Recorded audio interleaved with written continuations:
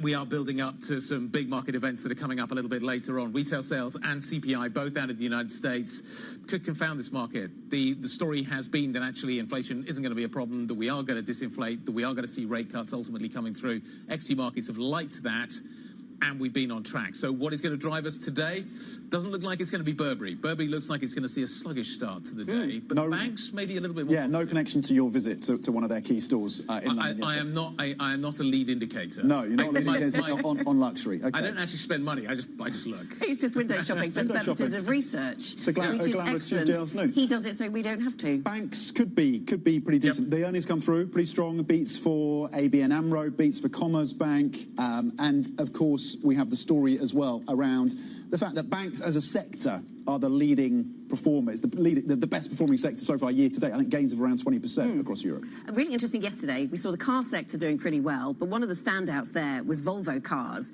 And joining a few dots here, it seems some of the team lumping this in with the GameStop frenzy, because some of the most shorted stocks in Europe are also joining in with this. And Volvo Cars, 20% of shares out on loan, and it rose as much as 8% in session if you are short of anything at the moment, you've learnt the lesson from Gabe Plotkin. You do not, as soon as there's any indication that this kind of strange retail story is getting traction again, you cover them. You have to have learned that lesson, and yeah, you're right. You're seeing it across the board. Let's see what happens this morning. First thing, as we say, we're on a decent run here for European equities. Does that continue this Wednesday morning? Early indications are at least that we do have some green on the screen in terms of what we are watching. Euronext also out with numbers late last night, so we are seeing that having an impact this morning. It is rising this morning in terms of the percentage story. It is the biggest gainer. We are though seeing. I just want to double check before I talk about this. Oh, is this ex-divs? I just want to check my ex-divs. I have a list. Hit me. Anna is prepared in terms of Dan what Till we're is seeing. keeping us honest. Standard Chartered. You're okay there? Safe. I'm okay there. That looks like it's down really. Sorry, let me just double check what we're seeing here. This isn't Standard Chartered, so sorry. Excuse my. We've got Santander Polska. Yeah. Looks like it's down really sharply, which I need to double check. Okay. Well, I'm not sure. I haven't got a full list. The ones I wrote down: Equinor, Deutsche Börse, ASM International, we get our story straight Rheinmetall, and Hugo maybe Boss. start down these rabbit holes to make sure we're doing well. But banks, big focus. Yeah. Euronext, it is ex-dividend. The producer, the voice in my head tells me all I need to know. The production team are better prepared than we are. Maybe they don't have to do it live on television. Commerzbank was good in terms of net interest income and the outlook as well for the full year. ABN AMRO as well coming through with a beat. We'll see what the reaction is. We need to pull up ABN AMRO actually, because there was concern, at least flagged by some in a note earlier this morning, maybe there was going to be a bit of pressure despite the beat there. Commodities is really interesting as well. We've been talking and thinking about copper, but across the commodity space, you're seeing a pickup today if you strip out, at least for the moment, iron ore. Oil prices are up around 0.7%. Copper at 10,220, up a full percentage point so far. And of course, that's benefiting basic resources and the FTSE 100. Basic resources is the leading sector right now, up 0.8%. On the downside, it's consumer products, and Burberry will be part of that story. Yeah, most sectors are in positive territory, though. So a decent day for stocks, up by around 0.4% overall. To your point then, Tom, only two sectors lose ground: consumer products and services, personal consumer discretionary and grocery stores, if I can make sense of all of those acronyms. But Carrefour, Ocado, those businesses losing a little bit of ground this morning. They do make it easy, don't they, with the sector story? It's kind of, what's in that? What is that? Kind of, what do I need? CP&S, PCD and GS. Yeah, precisely. They just roll off the tongue. Absolutely. LVMH is a little softer this morning. Burberry is down. That certainly is a story that we'll come back to a little bit later on. But in terms of the points drop, we are seeing LVMH, Allianz and Compass adding the most on the downside. But Novo Nordisk is actually having a fairly decent day once again. That charge continues. It's up by another 0.8%. Is that still the catch-up trade? I think we've probably maybe moved on a little bit from that. Let's show you what is happening in terms of the core six around Europe. The story looks a little bit like this. We're watching what is happening with LVMH. It is a little soft. Nestle, not Neste. I wonder whether people make that mistake, really. Down by 0.2% as well. But elsewhere, Novo's up, Ferrari's backing up as well. 0.6% on the upside for ASML. So we are continuing to rise in terms of the technology sector. Yeah. But we're coming towards the end of the earnings season. The earnings season seems to have been good enough to continue to drive European stocks higher. Has that been the prime driver of late? I wonder whether it's actually more the yield story. We focus on the individual earnings stories on a day-by-day basis and then try and aggregate it and kind of take something away from it. But it does feel it's been this kind of yield drop over the last few days that's been the primary driver of European As Rachel was saying to us earlier, stocks just want to go higher, it seems. Investors just want to do that. We were given some wise words about not confusing our gas and our Kit Kat when it comes to Nestle and Neste earlier on by Joe. And Guy, you've been through what's happening with Nestle, but Neste is a big mover as well, falling by down by 13% right now. It cut its renewable products sales margin guidance. Joe taking us through some of the details there. So that's where we are on that individual name. And talking of Joe, I believe he's standing by ready to bring us those individual stock movers. So let's get to that now, Joe. So Neste, that is the big dropper, as you said there, Anna. It is down 13% now in Helsinki, on track for its lowest close since 2005. They've downgraded their diesel and renewable energy margins for that stock. It's having an absolute shocker over on the Helsinki exchange this morning. And speaking of downgrades, we did get a forecast cut from ThyssenKrupp, the maker of steel. This one dropping over in Germany. We're down 3.6% on that one. But we're getting Grifols coming up. They have, of course, been the target of the short seller report. They've got a cash update out today, and it's looking pretty positive over in Spain. So we're seeing a gain there. But that one on Neste without an L, importantly, as we mentioned earlier, that one is down 14%, really the biggest mover we've got today. And then we'll look at the UK earnings. We've got a bunch of them. There's Burberry opening down almost 4% at the moment. They have reported some really weak numbers and, of course, warned about the first half of the year remaining negative as they attempt to turn around the business with their new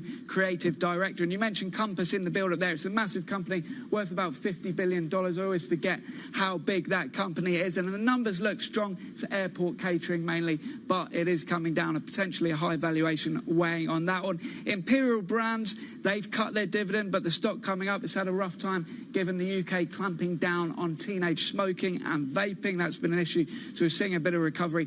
And Experian, now this is interesting because the rising rates mean fewer people are doing credit checks, so that stock's had a really bad run, but numbers out today, again, reassuring. We're seeing it gaining on the London market today. Then sticking on the financial themes, we'll check in on some of those banks. There's ABN AMRO now. That one's getting pretty slammed this morning. Now, we did have a jump in that one earlier in the week when the Dutch government announced they won't be going through with this share buyback tax. So potentially we're giving up some of those gains today, but that is a bigger move than I expected. So ABN sharply lower in Amsterdam. Commerzbank, more straightforward. They've maintained and even upped some of their net interest margin guidance, but that one, again, it's had a decent run, so it's not doing too much. And Allianz slipping. Most of the numbers were strong, particularly on PIMCO and also the insurance. But again, looks like a weak move. Maybe some people positioning for that US CPI. That'll be the key thing today, won't it? Then we'll look at some of the movers. We had another update from the London Stock Exchange yesterday. They are announcing another big sale by the former Refinitiv and Thomson Reuters investors. It's more than 1.5 billion, according to a statement. We did get a price on that, but it wasn't actually a very low price. It wasn't too much of a discount, so it's pretty much unchanged, almost actually up 1.6% now then for that one. In terms of your ratings changes, we got supermarkets and swimming pools today, a bit of a strange combo, but we got Carrefour, you mentioned earlier, that's down 3%. This is an underweight at JP Morgan. They reckon that the declining food price inflation will continue to weigh on that one. And then in terms of your swimming pools, we got Fluidra downgraded over at Banco Sabadell, coming down 2%. They're saying there's oversupply in that market. We don't tend to look at that one too much, but Fluidra dropping over in Spain today. Okay, Joe Easton, thank you very much indeed with the check on some of the key movers. On ABN AMRO, pretty interesting and a little bit of a counterintuitive move in terms of the stock price, at least on one level, because in terms of the first quarter, net income coming in comfortably above the estimates, around 674 million. And then importantly as well, net interest income, of course, for the quarter, 1.6 billion, just shy of 1.6 billion. That was a 6% increase over the previous quarter. Possibly it's a cost concern. We're still trying to get a grip as to what is pushing and pressuring this stock lower. These stocks have had a great run. Anna was talking about this just a moment ago. The banking sector's had a really good run. It may be just that this is a moment to take some profits on that positioning. You look at Commerzbank as well. What looks like a really solid set of numbers. They're upping their guidance in terms of the NII. That, again, I think it hit a 52-week high coming into these numbers this morning. It may just be as simple as that. Just a bit of profit taking. You've had a really good run. Let's just lock some of that in. Yeah, and Joe was pointing us towards a similar sort of, well, one of the things that's pushed this bank higher, or Dutch stocks higher, has been rethinking by the Dutch government around what they do on certain taxation around trading. So as a result of that, we saw it do okay yesterday. So maybe there's something in that, but it does seem to be a sizable move on a day where markets are broadly higher, up by 0.4%. So but even Commerzbank not making huge gains. No, precisely. So a 52-week high yesterday. You basically push the stock up into the numbers. You get confirmation of what you already knew largely, which is now priced, and therefore you just take a little bit of profits. There's no, given the run, is there a catalyst to get the stock to move substantially higher from here? I think is probably maybe the answer to the question. Yeah, maybe the size of the beat needed to be that much larger, given that it was up, Commerzbank up 35% year to date. You're seeing a gain now of 1.2% on Commerzbank. And so it's picking up a little bit. Depending when we get to those rate cuts from the ECB. And how many there are, and the sensitivity of each business, I suppose any positives that are around current performance on net interest income raises questions about how that's sustained into a rate-cutting environment. So that's also going to be on investors' minds, I suppose. And of course, you asked the CFO of Commerzbank about the state of the German economy. They have a good touch point, of course. And she said we're starting to see signs of improvement there. And of course, it wasn't a ringing endorsement, though, there isn't a ringing endorsement for the German economy right now. The situation is improving. It's not as dire as it was. We are basically back to the flat line, but German companies aren't investing here, they're investing abroad.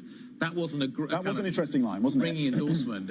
When we start to see German companies investing at home, that is when you start to see maybe the traction really being gained for the German economy. But she didn't sound overly convinced that was going to happen anytime soon. It was interesting in the iPhone numbers we got yesterday, the chemical sector sounding a little bit brighter, and that has, of course, been an area. We like to talk about the chemical sector when it comes to Germany. It's been an area of weakness, hasn't it? And in particular, that with regards to Russia and its supply of energy. The reliance on gas for companies like BASF. By the way, talking of, I want to bring it to China, a little touch on China, and then we'll move it to copper because the two tie together. But there was this big Bloomberg scoop coming through, and it hasn't been certified. It's not definitely happening.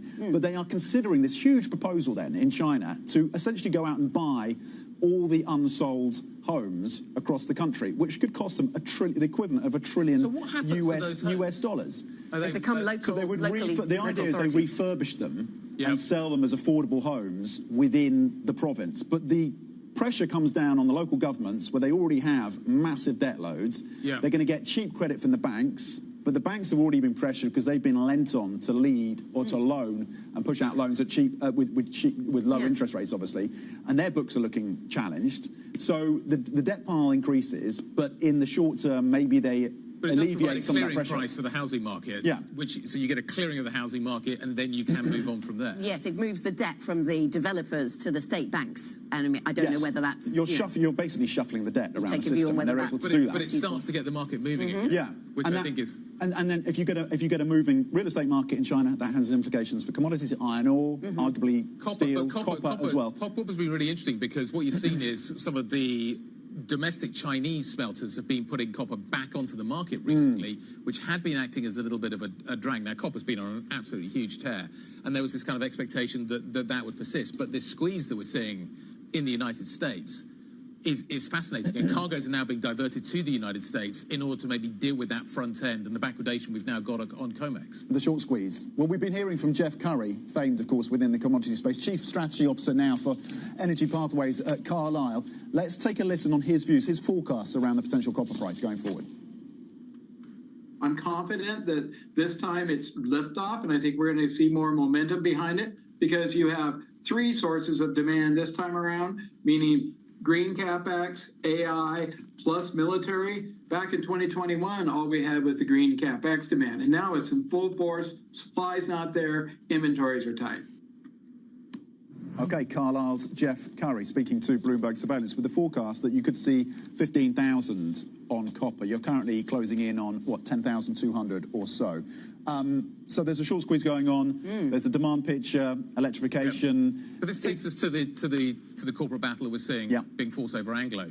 Anglo's now talking about splitting itself up, and in some ways it's going to be left with the copper bit that everybody wants. And does that make it a better takeover target now? Well, it was really interesting because this time yesterday, or an hour and 15 minutes earlier than this, we were sitting looking at these new lines from Anglo American, this defence against takeover that looked exactly like, well, not exactly, but very similar to the things that BHP was going to do with this business if it got hold of it. And so now it boils down to, and one of the executives said this yesterday, it boils down to which management team do you trust most to deliver on the potential of that copper business? And that's essentially the choice that the investors have to make.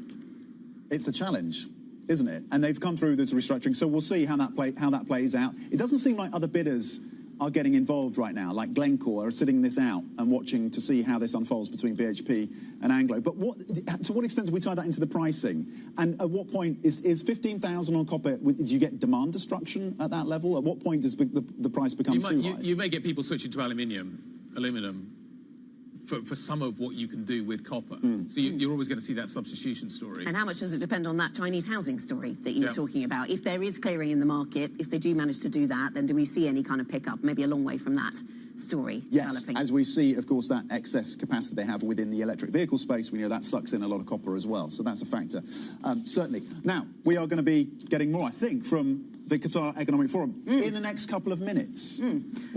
Absolutely. So coming up, we'll be back in Qatar, back in Doha for the Qatar Economic Forum. We'll have Francine Lacroix joined by the Qatari Energy Minister, Total Energy's CEO, and the CEO of ExxonMobil. So we'll bring you that conversation around energy markets shortly. That's next. This is Bloomberg.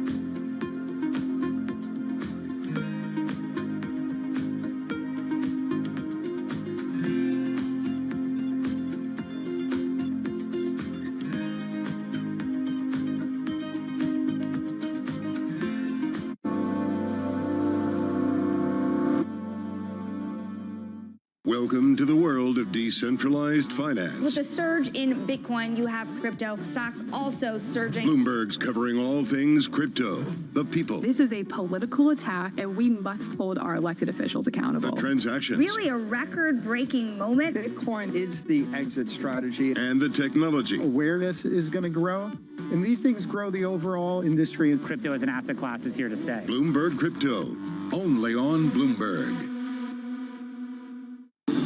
Fixed income fix. Watch Bloomberg Real Yield every Friday right here on Bloomberg. Context changes everything. In a multi-trillion-dollar industry, there's a lot of ground to cover. Bitcoin ETFs rubbing elbows with the big dogs. This frenzy has engulfed the entire world. We'll show you what's happening in ETFs like no one else. Bloomberg ETF IQ, only on Bloomberg.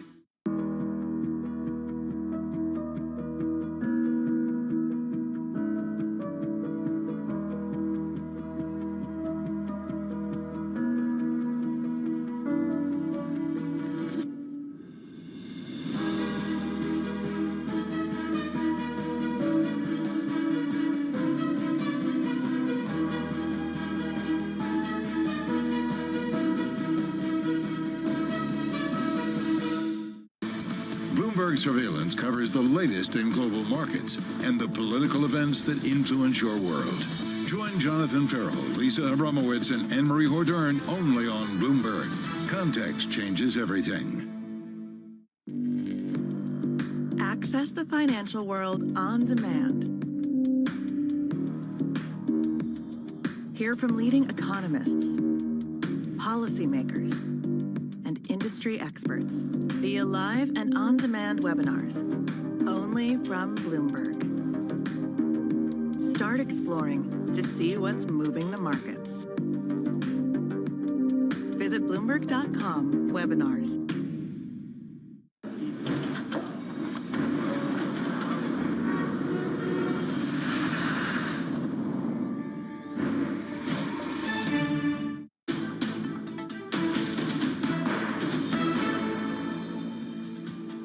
Minutes into the equity market session this Wednesday, the 15th of May, and European equities are higher for a 9th day in a row. This as we approach the key economic data out of the United States a little bit later on. In terms of the sector story, real estate is up, basic resources up, industrial services are climbing as well.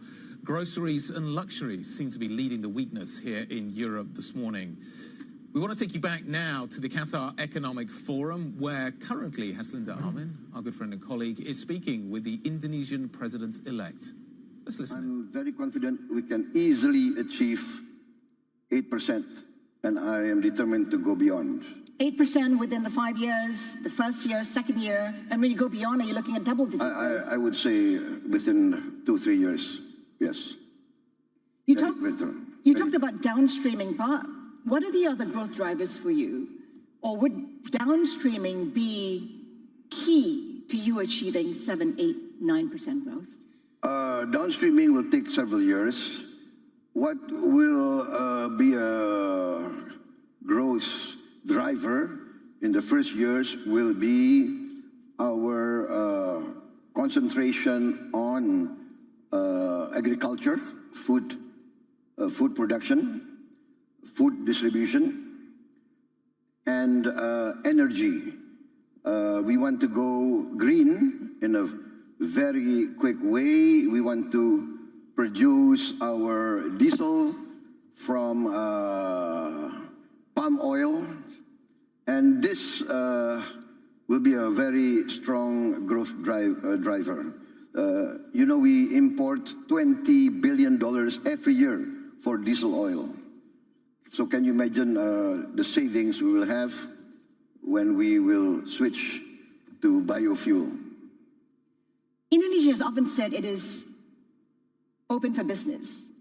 Yet, I think a lot of investors say it's adopted protectionist policies, limits on the export of nickel, coal, palm oil. Is it important for you to move away from nationalistic protectionist policies? No, I think there's a misperception. We are not protectionist. What we are doing is very logical. Every country in the world will fight or will protect the national core interest of their people. And we think that we want to industrialize, and those are our natural resources. We have to protect our interest in the sense that we must get the full value, right? We cannot keep importing industrial goods all the time. It's not fair to our people. We will not be an advanced industrial society if we are just a producer of raw materials. I want to touch on your spending plans. When you campaigned, you talked about how you want to provide free lunches, free milk for students, and some are questioning how you will pay for such a program. Can you fund that program if you're unable to perhaps raise the limit of your budget deficit beyond 3%? You've said you can. We have studied this. We have what do you call it? We studied all the figures, and we are very confident we can do that. We are very confident we can do that. And while keeping your budget deficit at 3%. Yes, 3%. And the 3% is something arbitrary. Not many countries hold to that. But we have a tradition of prudent fiscal management. I think we have the lowest debt to GDP figure in the world, one of the lowest. And so now I think it's time to be a bit more daring within good governance. So what does that mean? Raising the limit beyond 3? Would 4, 5% still be comfortable, prudent? We calculate that it's a matter of refocusing and cutting down the waste, cutting down the allocation to non-essential activities. So it's a matter of efficient, good governance, good administration, good management. And we are going to introduce, and we are in the midst of introducing e-governance. All Indonesian government institution procurement will go through an e-catalog. We will go digitalization, computerization, and this will increase our tax ratio, our revenue services. We will revamp, and yeah, we are very determined to cut down waste. We calculate that we can save a lot of money by cutting down waste, and this will be the growth factor. This will be the growth driver. So we are very confident. What's also ambitious in moving your capital from Jakarta to Nusantara, a project that will cost you $35 billion. Why is it a worthy cause? Why is it important for you to move the capital? The idea of moving the capital has been around since the first years of our independence. Our first president, President Sukarno, broached this idea. First, the idea was to put our capital in a more central location. Number two, Jakarta, its surroundings, and Java is very, very highly populated. So the ecological burden of Jakarta is tremendous. We are facing a rise in the ocean. It's around between 5 to 10 centimeters a year. And so we have to build a giant seawall. That's one of my programs also. But moving the capital is one way to bring growth outside Jakarta, outside Java, and also in the next few years, before the giant seawall can be completed, which will take maybe 10, 15 years, our capital is safe from inundation. Is funding an issue? Because there's been problems in getting foreign funds into the Nusantara project. Will you be reliant on domestic players? That's Bloomberg's Haslinda Armin there with Indonesia's president-elect. No shortage of ambition, it seems, when it comes to all kinds of policy fronts. Interesting, he says, time for Indonesia to be more daring on spending. We'll watch for reaction to those kinds of lines. Meanwhile, European stocks, guys, then up by 0.3% in terms of stock markets this morning. Commerzbank bouncing back. We had the discussion about why it wasn't moving. It is now moving. The stock is up by 2.2%. Maybe it took a little while for everybody to get to grips with exactly what was said. Hit a 52-week high yesterday. That trend continues this morning. So Commerzbank on a tear. Merck is the big gainer, though, in Germany this morning. In a few minutes' time, we'll be taking you back to the Qatar Economic Forum, and we'll be discussing energy. That's the big theme next. This is Bloomberg.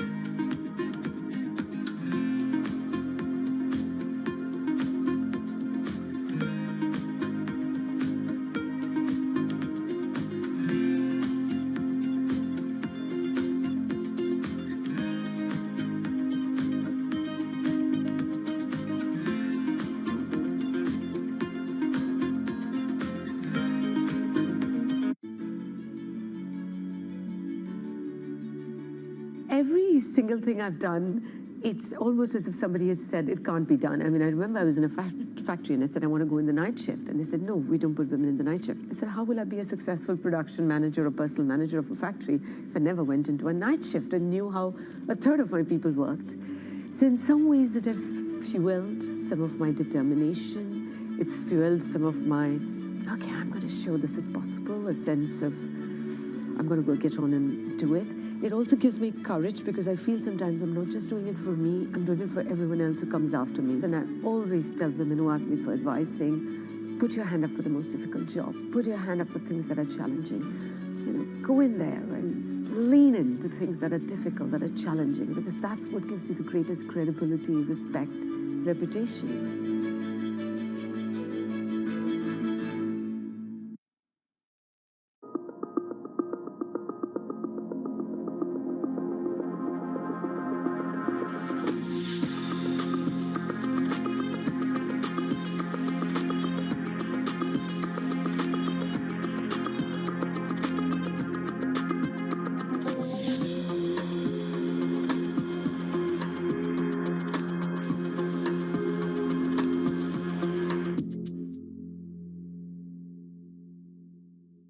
Bloomberg has enhanced search on the terminal to deliver what you need when you need it. Now, you can simply type phrases in everyday English in the command line. Compare financials. Find people. Analyze markets. You can enter phrases or ask questions. What do you want to know today? Ask a question or visit SearchGo to find answers now.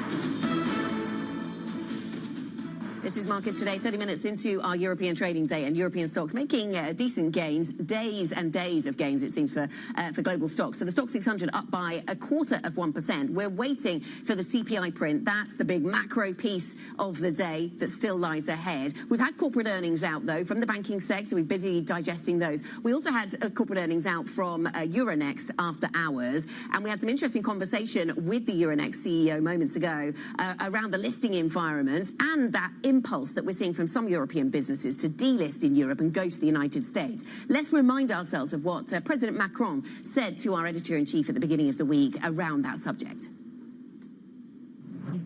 Total's CEO has talked about moving its primary listing away from France towards New York. Would you be happy with that? Not at all. Would you, and I would be very stop surprised. It? No, I wait for any confirmation. The US regulation in terms of climate change should be more serious and realigned than the European ones. Second, the Europeans have to invest much more and be more serious and realign themselves on the US.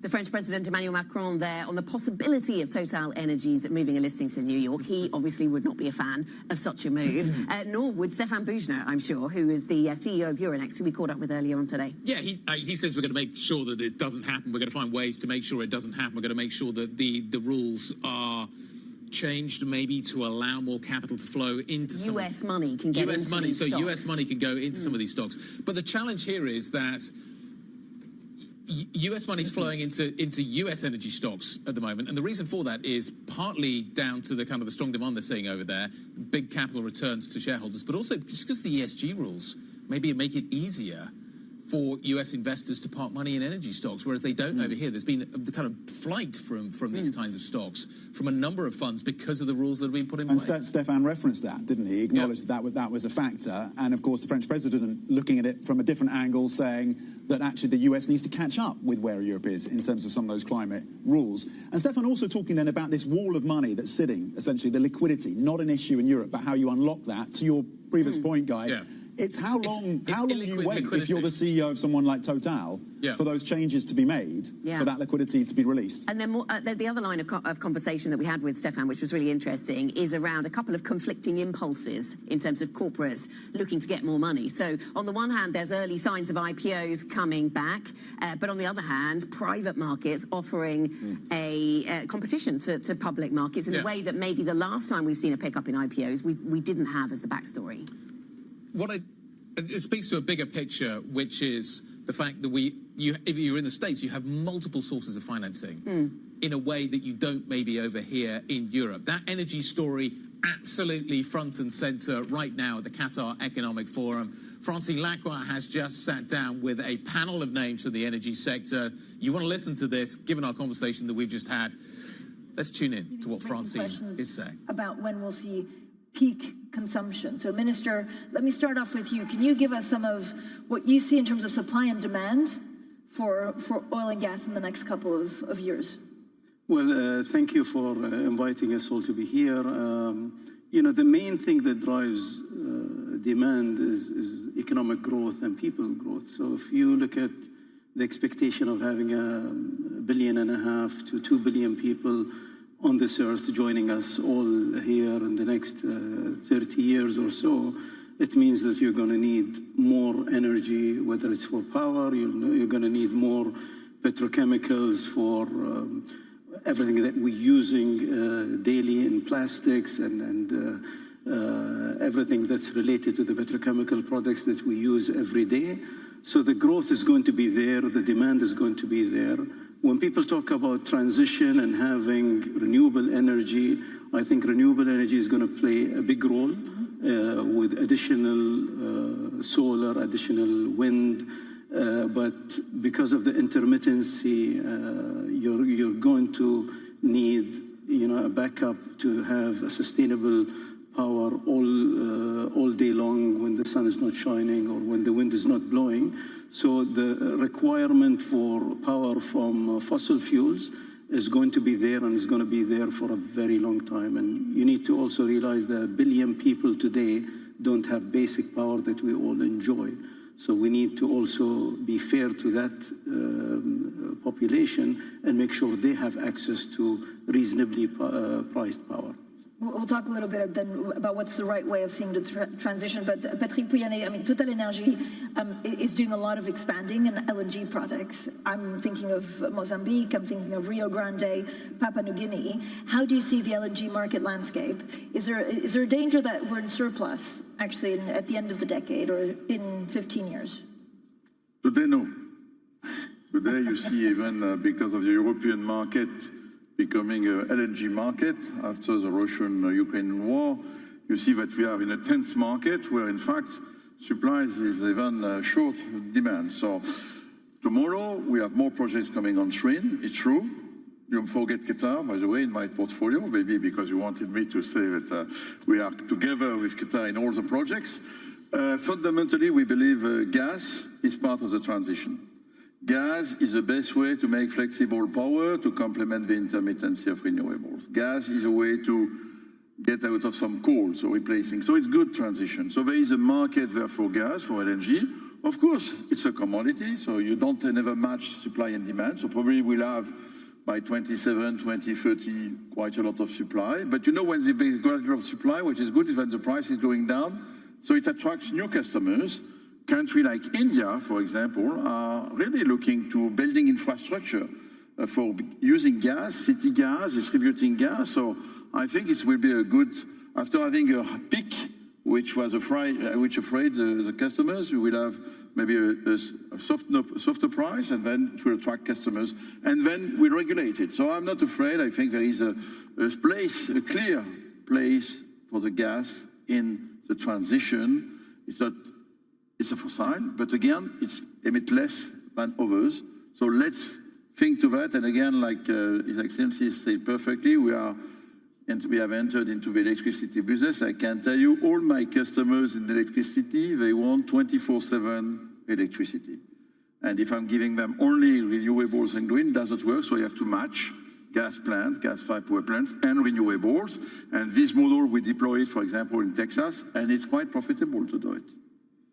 Darren Woods, I mean, your take on this again, there's a rise in electric vehicles, there's a rise in renewable energy, but consumption will continue rising for energy in general. So how do you see this playing out in the next 5 to 10 years? Well, I think I'd agree with what both Patrick and His Excellency, the points they've made, that ultimately the demand for energy is being driven by economic growth and people's living standards rising. And there are billions of people around the planet who deserve better lives and are going to require affordable, available, and reliable energy sources. And I think that's the challenge going forward while we continue to see demand.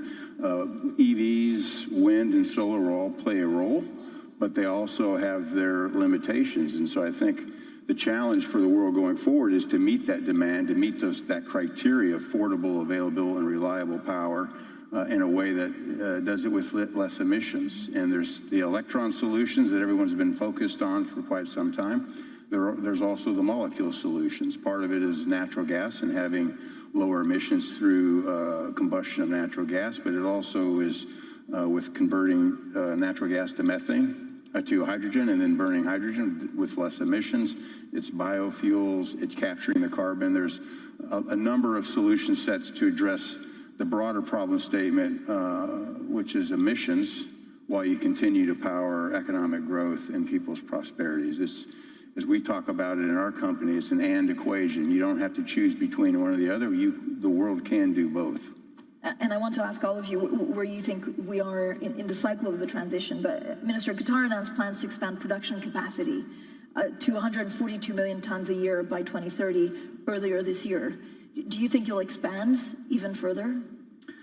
Well, when we announced that we were going to expand further, I mean, in the past, we had announced 77 million tons going up to 126 million tons. And we said that we are appraising the field further, and based on technical results of the field and the capability of the field long-term to sustain its production for other projects that we have, we'll assess whether we can do more. And after further appraisal, we found that we can do an additional 16 million tons and going to 142 million tons. And as mentioned by my colleagues, there is going to be need for gas in the future. And if you look at what Qatar is involved with our partners, and in most of the projects, the two gentlemen are with us in partnership.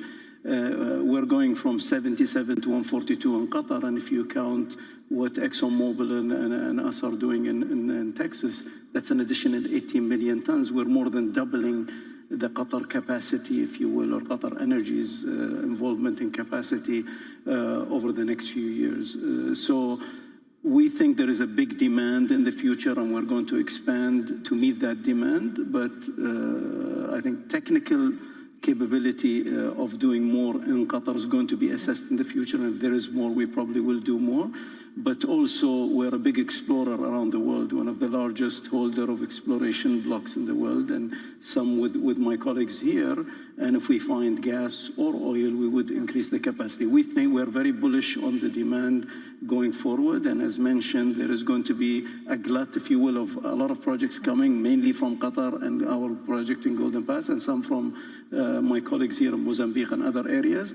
And there is going to be additional demand. But I think if economic growth, everybody is trying to get the inflation down and so on. If we have a reasonable economic growth going forward, I think you'll see that all the supply and demand will catch up, and you'll need another phase of development of gas in the 2030 plus.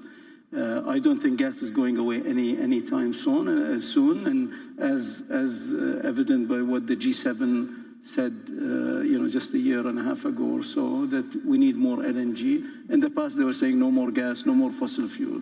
Now they're saying that we need more LNG, and a lot of countries are taking a 180-degree turn. Even the EV discussion that people were talking about, you see a lot of people backing off a little bit, I think. But can I ask you an update on the North Field East? So when are you expecting the first shipment to happen? And do you have any longer-term agreements on that? North Field East and South are on track. We're in the construction as we speak. All the construction is going very well. The second question was additional sales? Longer-term agreements, actually. I think one thing I want to mention is last year in this conference, I was asked by you whether we're going to have difficulty selling additional LNG, if you recall. And one of your nice Bloomberg editors actually came out that same night saying that Qatar is going to have a difficulty selling LNG. I just want to report back to you that since then, we've actually secured 25 million tons of long-term LNG sales. And I can tell you also on this podium that we're signing more this year. See, it's great to have a yearly update.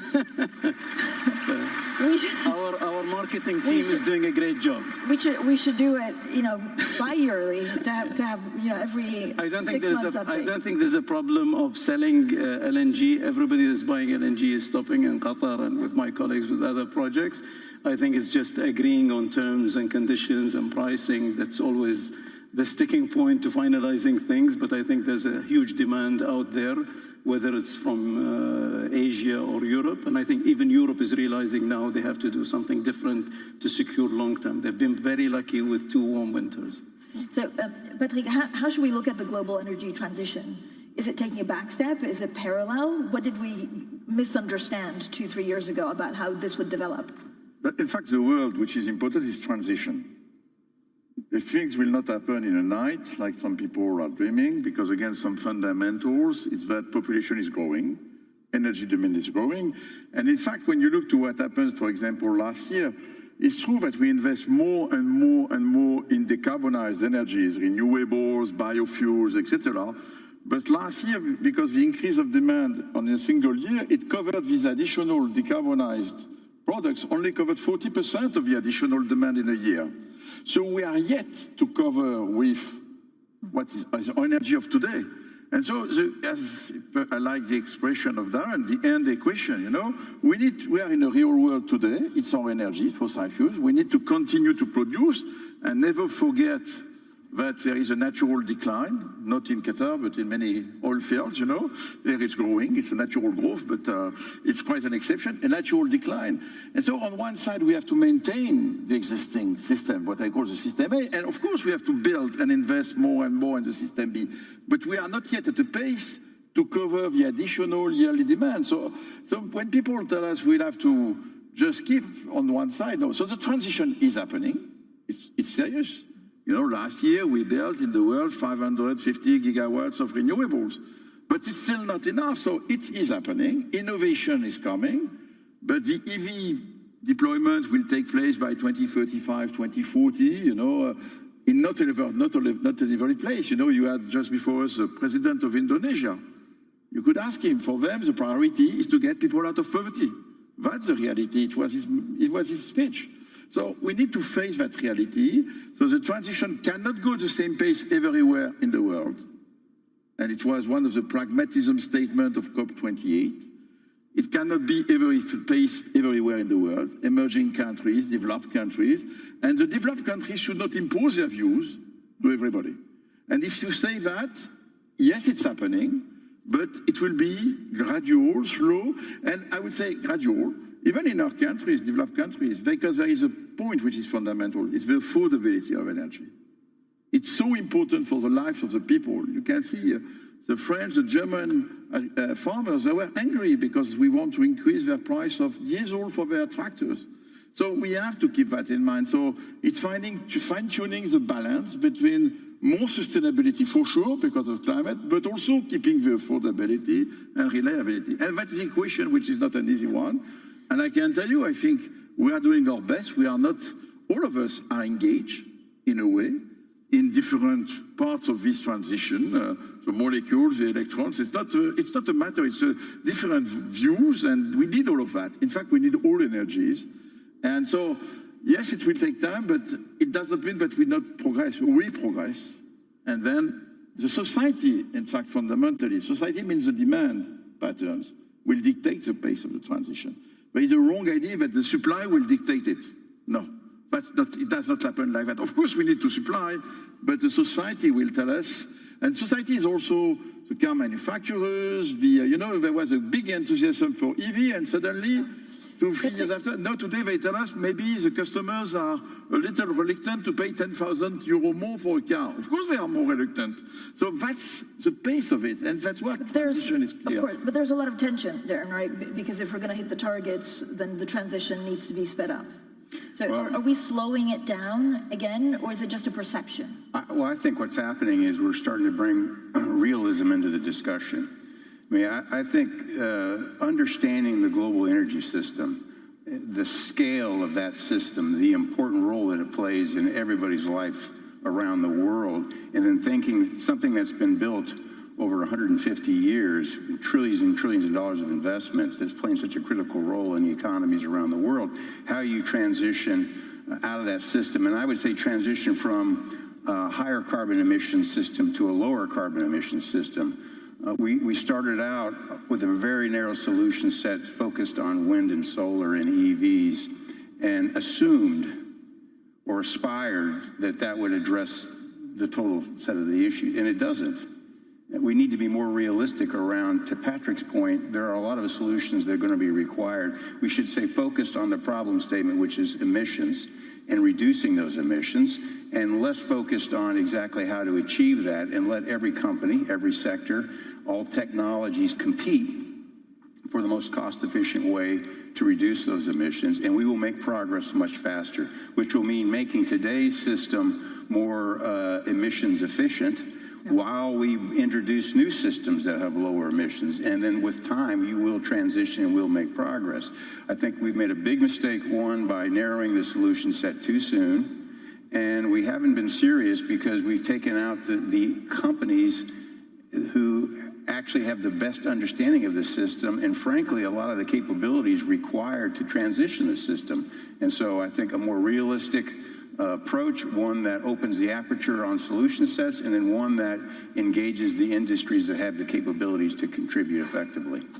Minister, do you worry about the LNG market being oversupplied this decade? How quickly could that happen?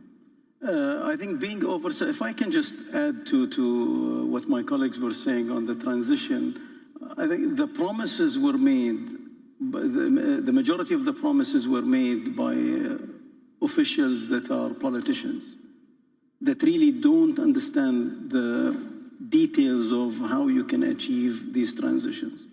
And it was driven to a point where it became in vogue, if you will, for everybody to say net zero and environmental and green, and that's what got you elected. And now when reality came in to actually implement the plans that they were talking about in COP26, let's say, okay, 5-6 years later, they're saying we can't achieve what we're talking about. So reality kicks in, and now you're saying that, do you actually back off some of the targets? I think the targets were overstretched targets that you can't reach anyway. So anyway, on LNG supply,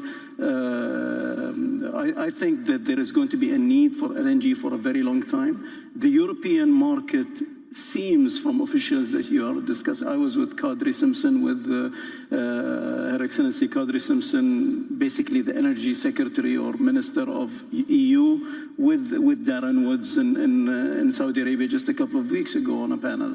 And the discussion was that they feel they're very comfortable in Europe. And the comfort that they get in Europe is because they had two very warm winters, and they filled up all the storages, and they didn't need to use much of it. So if you have two harsh winters or normal winters, you're going to be depleting. So I think Europe is going to need a lot more LNG, and the world will need much more LNG with the growth, and I don't see an oversupply.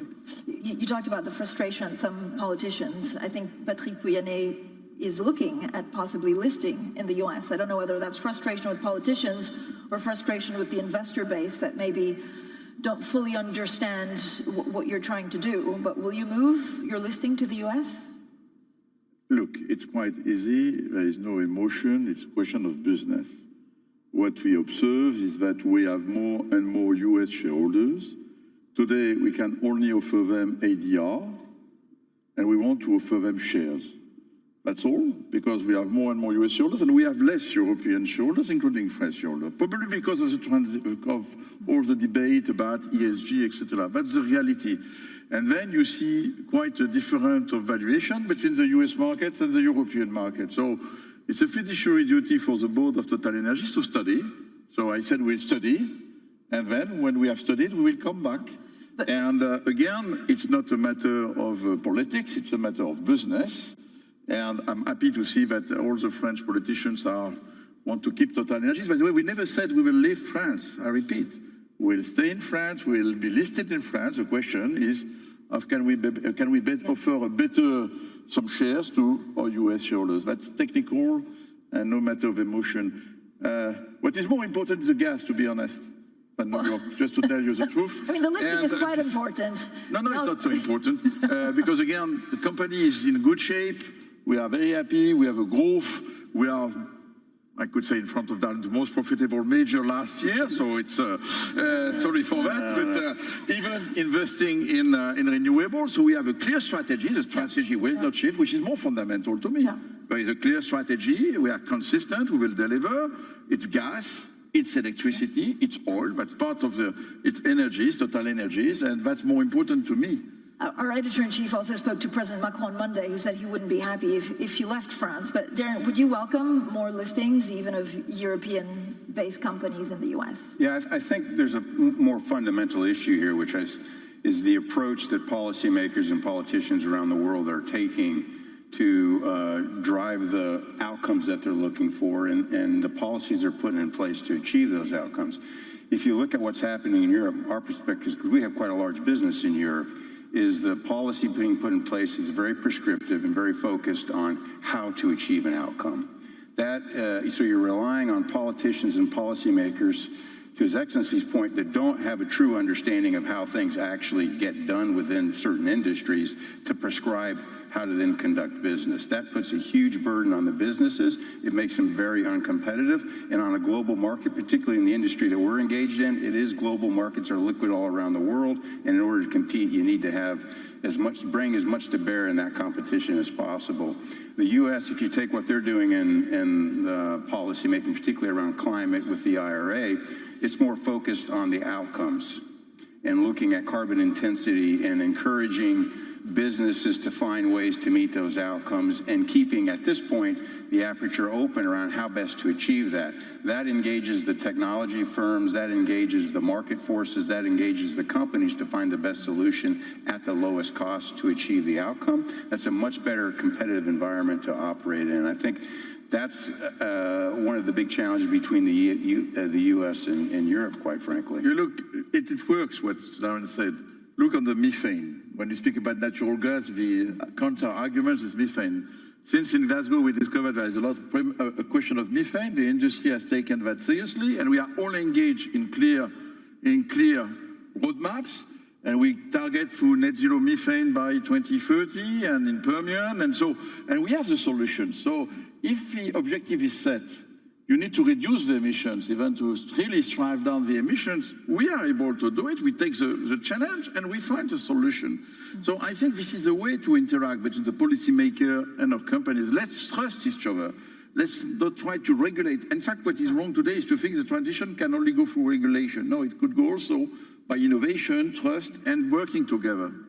I think focusing on the outcomes and the outcomes being lower emissions and then engaging the relevant players to best find the path forward to achieving those outcomes are going to get you much faster results at a much lower cost and a much larger scale. And we're demonstrating that today where the policy is right, and we're demonstrating how encumbered businesses can become when the policy is not right. Minister, does it make a difference when you're looking for a business partner on where they're listed because of That's Bloomberg's Francine Lacroix with the Qatari Energy Minister, ExxonMobil CEO, and the Total Energy CEO. Interesting that the Qatari Energy Minister said twice that Europe had benefited from 2 warm winters and maybe shouldn't rely on that in the future when it comes to those LNG contracts. We watch the energy sector. Potentially higher energy costs coming down the pike towards Europe. How inflationary could that be? Let's fold that into the debate as well. CPI coming up a little bit later. Francine will be back with the Pulse shortly. This is Bloomberg.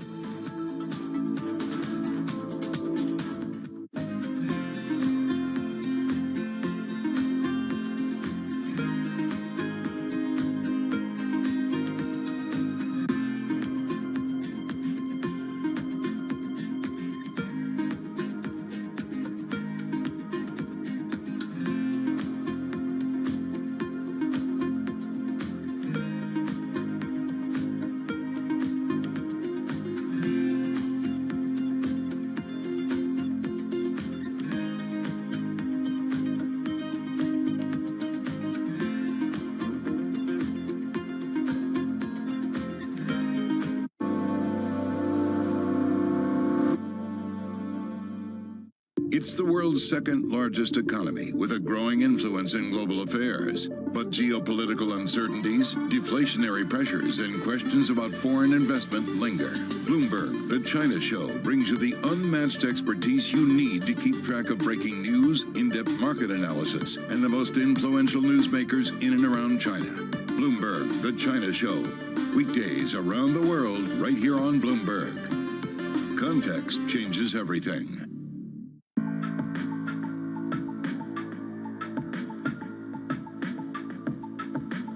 This is Bloomberg.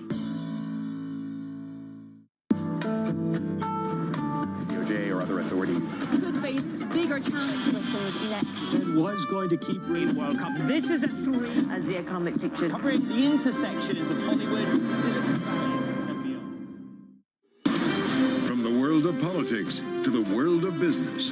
Every weekday on Bloomberg TV and radio, hosts Joe Matthew and Keely Lines deliver news, insight, and analysis from and about politics' biggest power players. The president has been clear that is non-negotiable. I mean, this is going to be an ugly, ugly year. Balance of Power, live around the world every weekday, only on Bloomberg Television and Radio. Context changes everything.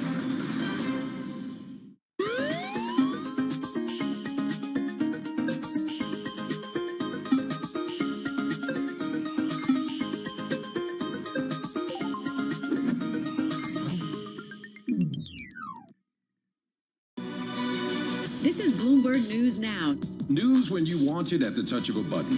Another volatile day on Wall Street. We're seeing big moves. All eyes on Capitol Hill as Democrats and Republicans prepare. Today's job numbers casting doubt on the Fed's next move. Inflation remains front and center. And that's news when you want it with Bloomberg News Now. Get it 24/7 on the Bloomberg Business app, Bloomberg.com, and anywhere you get your podcasts. Bloomberg News Now. Context changes everything.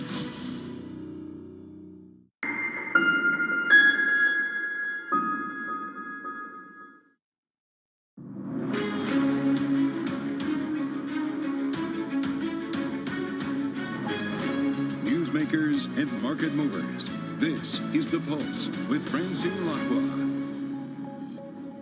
Good morning and welcome to The Pulse. I'm Lizzie Burden in London. Here's what's coming up on today's programme. Global stocks set to hit record highs as investors await today's all-important US CPI print. Meanwhile, Fed Chair Jerome Powell reiterates that rates could stay higher for longer. Burberry sales tumble as the UK luxury label warns of a challenging first half. We'll bring you a roundup of a busy morning of European earnings. Plus, the Qatar Economic Forum, powered by Bloomberg, enters its second day. We'll bring you all the big conversations from today's panels on energy, geopolitics, finance, and more. And coming up, we'll also bring you more exclusive interviews from Doha on politics, commodities, and trade. Well, Francine Lacqua is hot-footing it from that excellent panel she just hosted. But let's just take a look at European equities as we are an hour into the cash trade here. The good vibes continuing from yesterday. You did have the global equity index hitting a record high. And across Europe, you are seeing green across most of the indices. The FTSE 100 higher 0.5%, but the CAC 40 just flat to the downside. The DAX, though, up 0.3% as well. And if we break it down by sector, you've got about 3/4 in the green this morning, led by real estate, higher 1.1%. Basic resources not far behind, higher 0.8%. But bottom of the basket are consumer products and services. They're lower more than 1% this morning. Just a couple of shares I'm keeping an eye on this morning. Burberry is currently down rather a lot. It was down by more than 3% earlier.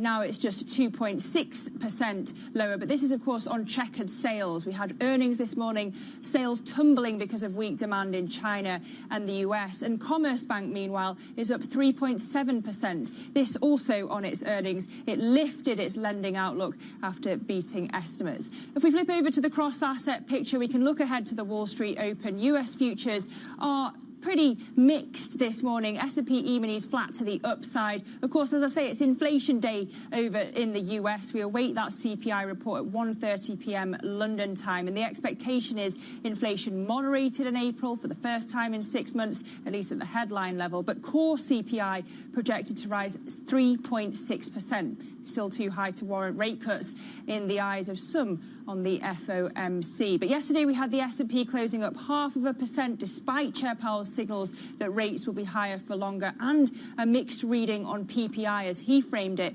at least. And as I say, futures mixed stateside. But that PPI print did mean traders positioned for a sharp drop in yields, and you can see the 10-year Treasury yield currently lowered 2 basis points at 4.4%. The dollar is a touch weaker and cable is a touch stronger at $1.25.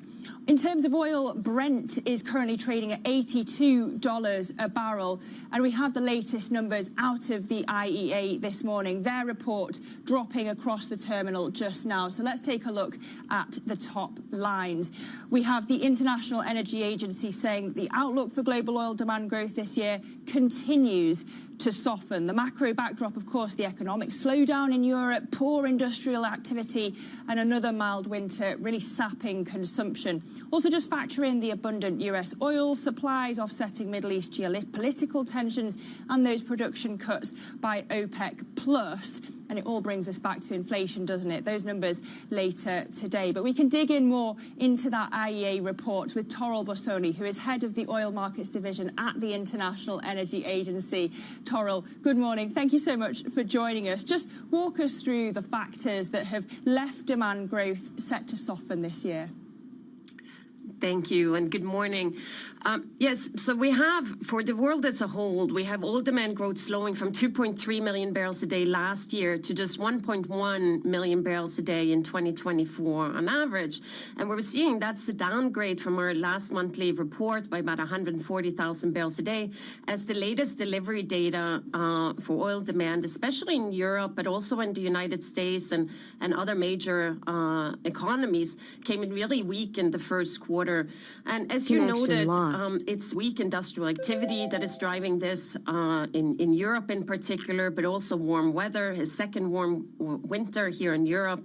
And we also seeing a biggest impact on diesel market. So diesel cracks are leading the downturn in prices. And so this is the basis for a downgrade and the weaker demand outlook in 2024.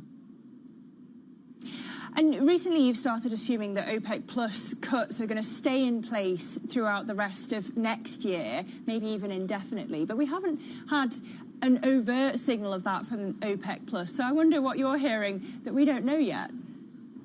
Of course, we don't know what OPEC is going to decide when they set their production policy for the rest of the year.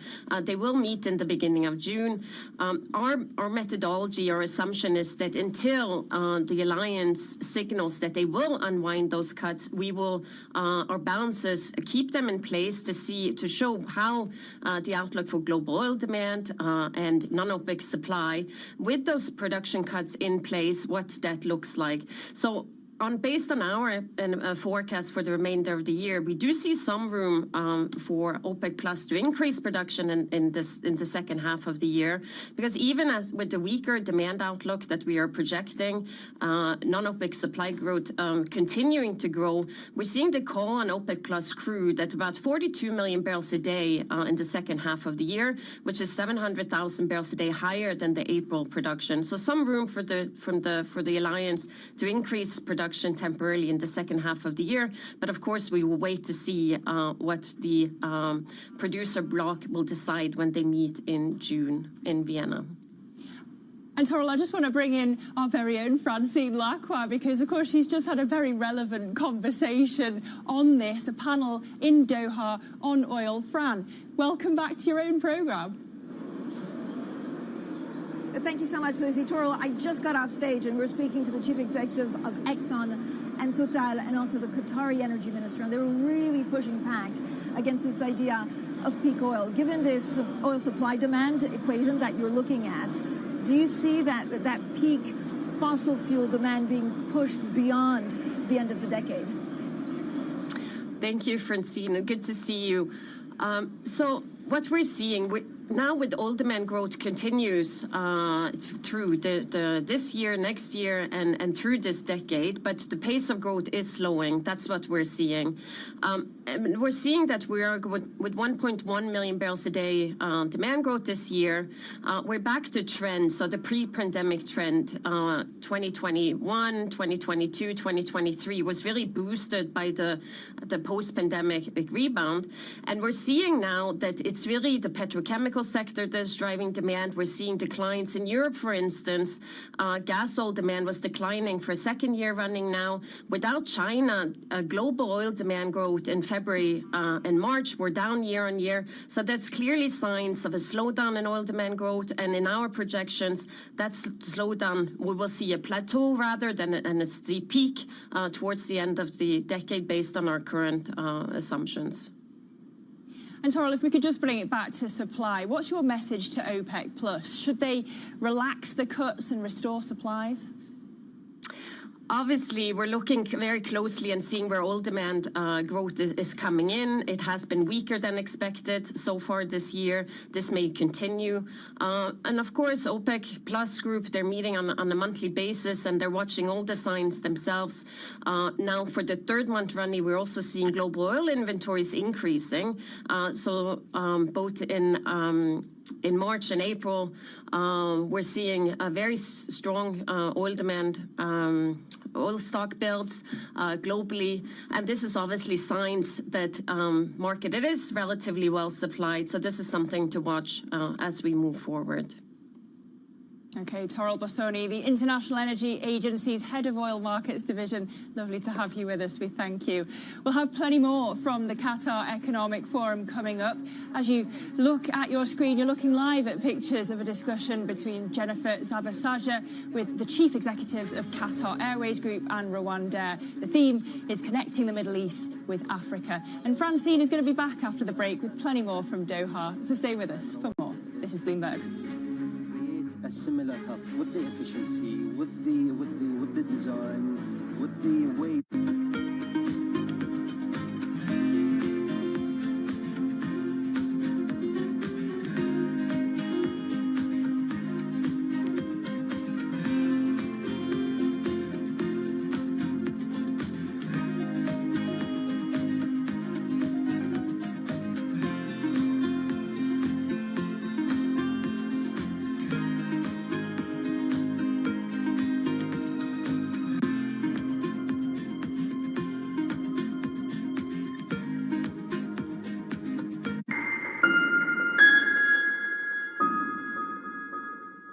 Welcome to the world of decentralized finance. With the surge in Bitcoin, you have crypto stocks also surging. Bloomberg's covering all things crypto, the people. This is a political attack, and we must hold our elected officials accountable. The transactions. Really a record-breaking moment. Bitcoin is the exit strategy. And the technology. Awareness is going to grow, and these things grow the overall industry. Crypto as an asset class is here to stay. Bloomberg Crypto, only on Bloomberg.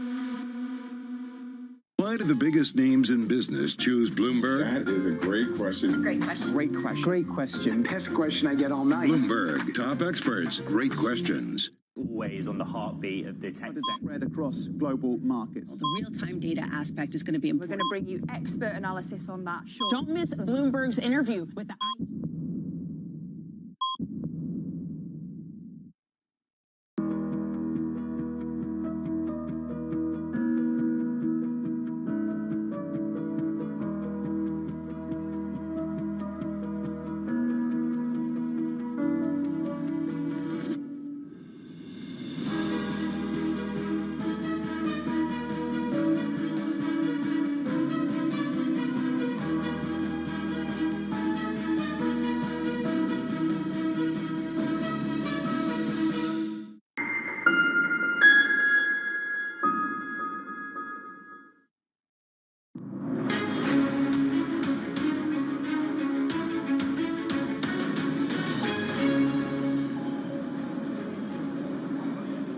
Welcome back to the Qatar Economic Forum in Doha. Well, China has vowed to take, quote, resolute measures against increased U.S. tariffs. Now, that's after the President Joe Biden announced levies against China imports, including semiconductors, solar cells, and critical minerals. Now, let's get more on this from Morris Reed, a partner at Active. Morris, as always, thank you so much for joining us. I mean, you've also been an advisor to the White House in previous administrations, so you understand the way that the White House works.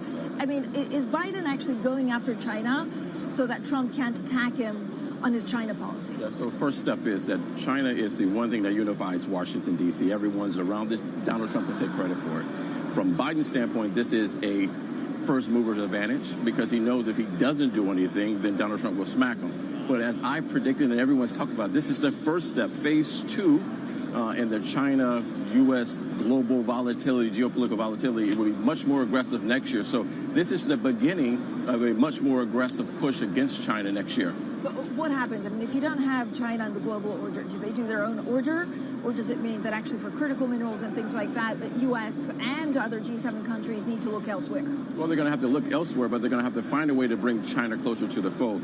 The United States has been very good about the carrot and the stick. They've been focusing a lot on the stick and not enough on the carrot. They're going to have to figure out what they're for, and they're going to have to bring China to the table. They can't continue to whack them because they're so dependent on them. And frankly, China's doing a better job on the critical minerals, and they're doing a better job on the EV front as well. So you can't just push these guys away. You got to bring them closer, but it's going to be an aggressive posture. There's hardly any Chinese EVs in the U.S., so this is a policy. I mean, it's not crushing the economy. Is it a warning sign? Is it actually trying just to push them off? Well, frankly, it means that the Chinese have been doing better. So what they're worried about is the flooding in the marketplace. Tesla, Ford, all these guys are not doing as well as they thought. Demand is way down. Even with the subsidy, as you know, Biden's been very aggressive about subsidies. They're worried about if they let the Chinese guys in, they'll flood the marketplace because the products are just better. So we've asked a number of heavy hitters, investors, Ken Griffin, also the Exxon chief executive, about change in policies depending on who comes into the White House in November. Who do you think wins? I think right now it's a very difficult path to 270 for Biden. I think Trump is probably at 47 plus or minus 5. I don't think any one of them gets to 51, so it'll be very close. But I have to tell you, I think the enthusiasm, the momentum is on Trump's side, and I think ultimately Trump may win this thing. But so the problem, I guess, is that people don't go and vote. I mean, what's your biggest concern? Well, my biggest concern is, you're going to laugh at this, my biggest concern is, like, right now, the price of a dozen eggs is $3. If in November the price of a dozen eggs is over $6, Biden loses. Biden needs to start to talk about things from an economic standpoint. He's talking about chips. He's talking about bridges. He needs to really talk about things across the table. The price of eggs, groceries matter. This is really needs to focus on and stop talking about things that people can't bring home the bacon to, if you will. So a number of big Wall Street titans who in the past have said, Donald Trump is a danger to our democracy, suddenly are turning around and saying, actually, he's not that bad in terms of policies. What does the U.S. and what does, I guess, multilateralism look like under Donald Trump a second time around? Well, instead of being America first, it'll be Donald Trump first. You have to understand that this is a guy whose personality is a personality-driven policy, so he'll bring allies closer that have been with him over time. That doesn't always mean he's going to stick with those allies. Surprise, surprise. But I think you'll see him embracing people who have been there for him. Hungary, some of the guys in this region will do very successful. But look, from a global standpoint, America's going to have to figure out things differently going forward, whether it's Donald Trump or Joe Biden. And Trump is going to have to, he can't just beat everyone in submission. He can't sanction. You're going to have to find a way to bring people close. That's why I think 2025 is going to be a massive year, not because it's Joe Biden or Donald Trump, it's because the world is changing, and America's going to have to find a better way to invest and reinvigorate the economy as well. Morris, so Ken Griffin of Citadel believes that actually world politics will get better because if Donald Trump gets into the White House, he's so unpredictable that some of the more, murky states will calm down. Any truth in that? Well, Ken Griffin is a Republican who has invested heavily on the Republican side, so I would predict that he would want that. Listen, I think the world is going to be chaotic. I think the world's going to be upside down. That is not necessarily a bad thing. We're going to have new winners and new losers. So if you look at things, particularly where we sit here, the global south is going to have its moment. So when you're looking at these things, Africa, Brazil, India, Indonesia, this region, the world is changing, so there'll be new winners, new losers. America's going to have to find its place in this new world order. The financial system's going to do well because of the currency, but America, I'm not for sure that it'll be on top the way it has been, but that doesn't mean it has to be a bad thing. Okay, Morris, thanks so much, as always, for joining us. That was Morris Reed, partner at Actum. Much more to come here from Doha, Qatar. We're here for the Qatar Economic Forum, and this is Bloomberg.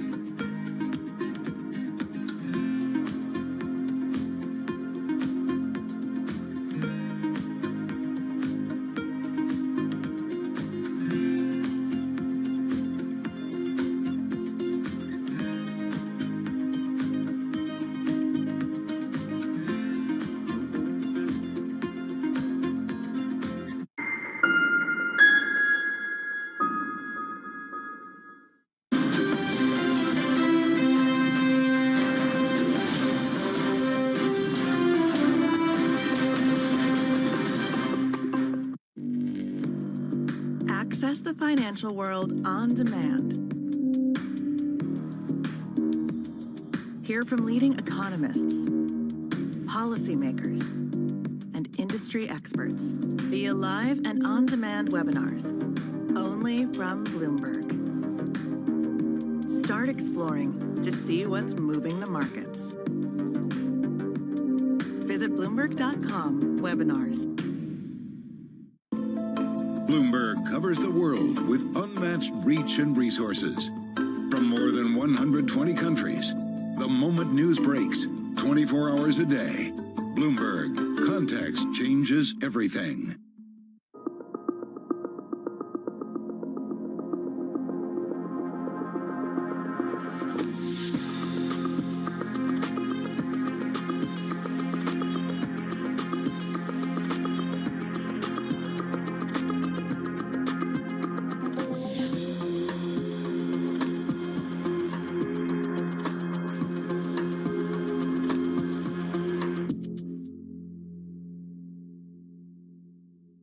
In a multi-trillion-dollar industry, there's a lot of ground to cover. Bitcoin ETFs rubbing elbows with the big dogs. This frenzy has engulfed the entire world. We'll show you what's happening in ETFs like no one else. Bloomberg ETF IQ, only on Bloomberg.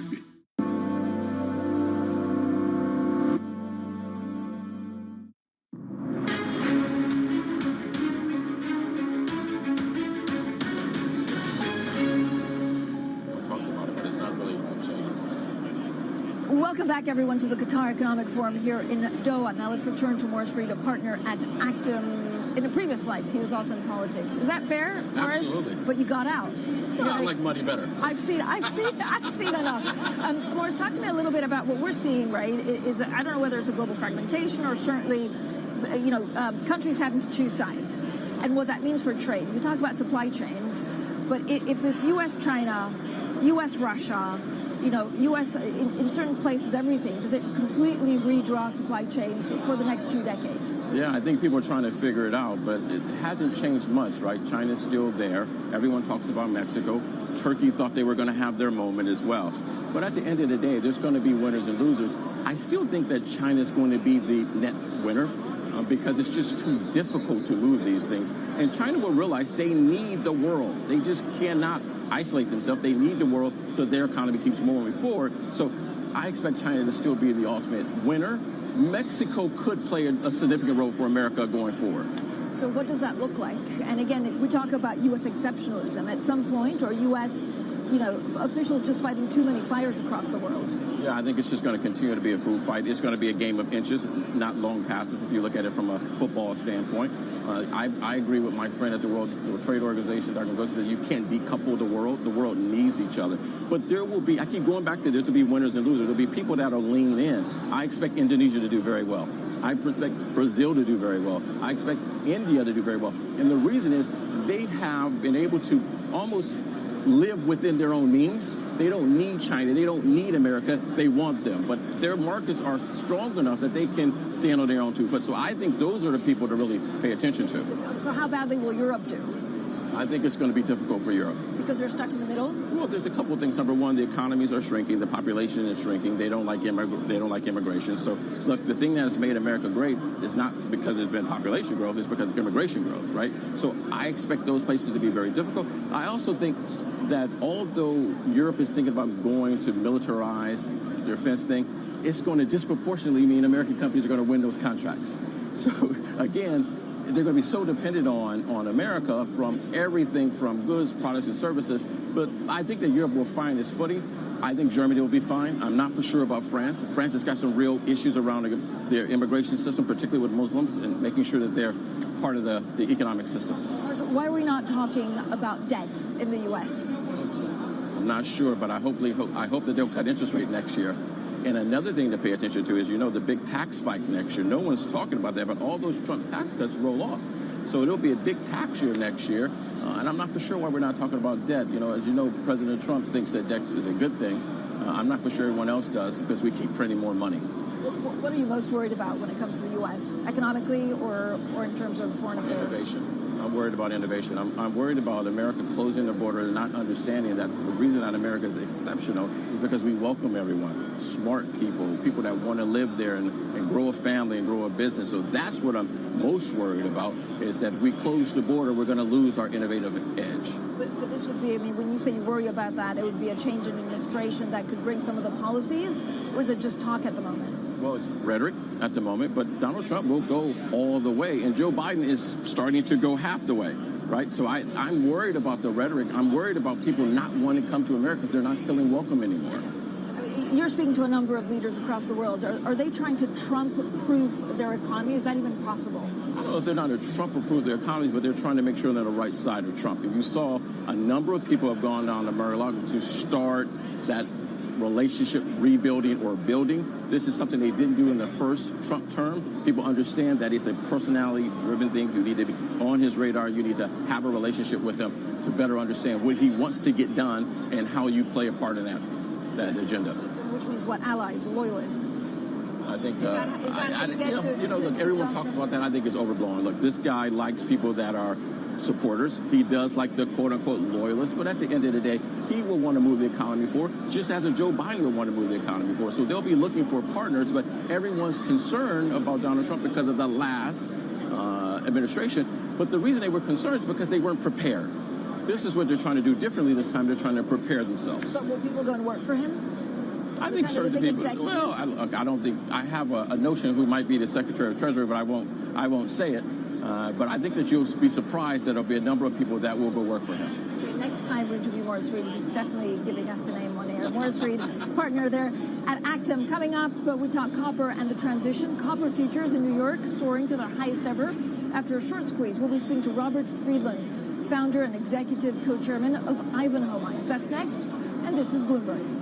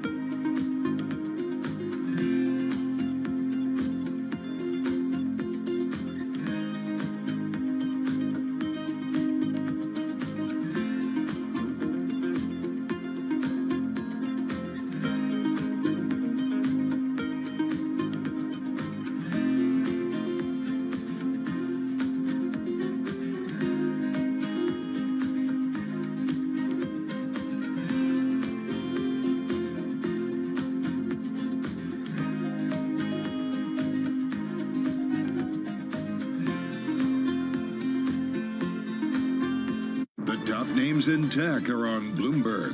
There is a natural tension between the need of a supplier to scale and the need of the customer, the car maker, to differentiate, try to make something that is unique. We have a long-term partnership with Tesla, and it's still strong, but Tesla is not the only partner that we're seeking, and we want to diversify and really make the EV market in general stronger and sustainable. All these devices becoming smart devices, they all need a brain inside that helps them learn what to do.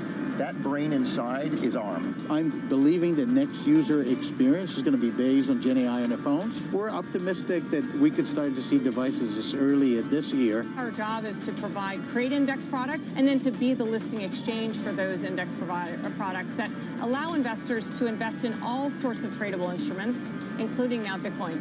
Nobody covers technology like Bloomberg. Context changes everything. Bloomberg has enhanced search on the terminal to deliver what you need when you need it. Now, you can simply type phrases in everyday English in the command line. Compare financials. Find people. Analyze markets. You can enter phrases or ask questions. What do you want to know today? Ask a question or visit SearchGo to find answers now. Bloomberg Surveillance covers the latest in global markets and the political events that influence your world.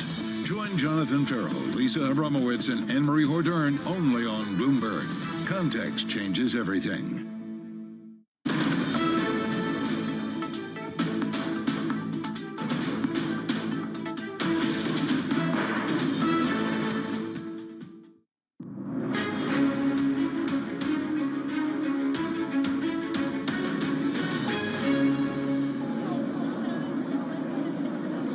Stocks set to hit record highs as investors await today's all-important U.S. CPI print. Meanwhile, Fed Chair Jay Powell reiterates rates could stay higher for longer. Now, Burberry sales tumble as a UK luxury label warns of a challenging first half. We'll bring you a roundup of a busy morning of European earnings. Plus, the Qatar Economic Forum, powered by Bloomberg, enters its second day. We'll bring you all the conversations from today's panel on energy, politics, of course, finance, and much more. Well, good morning, everyone, and welcome to The Pulse. I'm Francie Lacqua here in Doha. So, copper futures in New York have rallied to a record high. Now, that's after a short squeeze that saw the most liquid contract trading at a pretty hefty premium. Now, here to discuss all of this, Robert Friedland, founder and executive co-chairman of Ivanhoe Mines. Robert, what a great pleasure to speak to you again. I mean, how often do you look at the copper price? Like daily or hourly? I almost never look at the copper price, but it's hard to avoid it in this crowded conference at an all-time high. I mean, it's incredible. Look, it's incredible. Copper is needed for everything we use, especially for the transition. What kind of fundamentals do you see for copper going forward? Well, Goldman Sachs has said we're in the foothills of the Himalayas on the copper price. It's that simple. And so what it can, I mean, what does it mean for Ivanhoe? And have we underestimated the fact that copper will go that much higher and we need so much more of it? Humanity needs to mine about as much copper in the next 20 to 25 years as we've mined in the last 10,000 years just to maintain global 3% GDP growth. If we're going to dream about an energy transition to power these bright lights and to bring everybody here for this conference, we need to mine the same amount of copper in a very short period of time as we ever have. But most of the world's mines have been deprived of capital. And we need a whole new generation of mines, and we need them to be done in a new way. We need a cleaner, more sustainable way to mine. That's a huge challenge.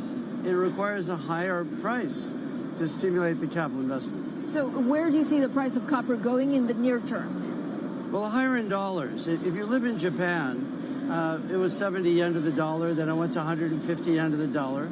So in Japan, the copper price more than doubled in the last year in yen terms, and that's the third largest economy in the world.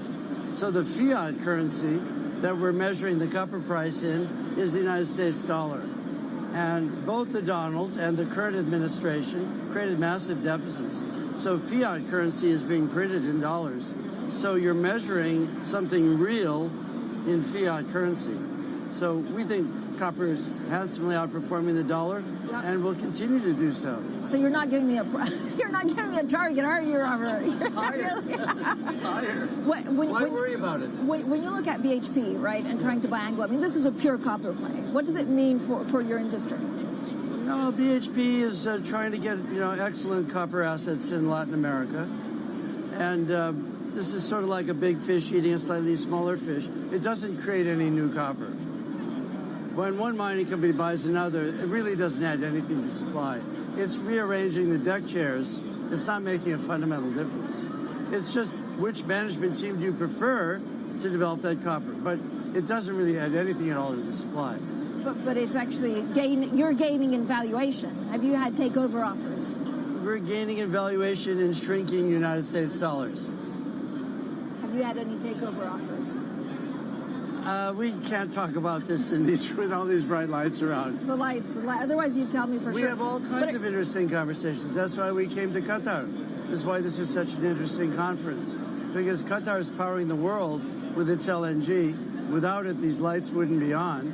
And we're going to need a huge amount more LNG and a huge amount more copper to have a greener world for our kids.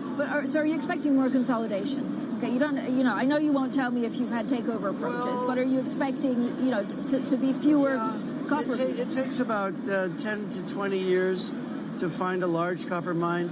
A super giant tier 1 mine comes along generally once in a generation, and then another 10 years to build it. So a lot of people think it's cheaper to acquire than to build, a lot easier to acquire than to build. And so we do see industry consolidation. And this is what, to basically be able to front BHP, to be able to compete with BHP, or does it make management sense to get bigger? Well, if you have a portfolio of commodities, even if BHP were to buy Anglo, Anglo, at best, if it sheds all of its non-copper assets, is still only about 54% a copper company. So it's like going to a smorgasbord and only wanting to eat the cream cheese.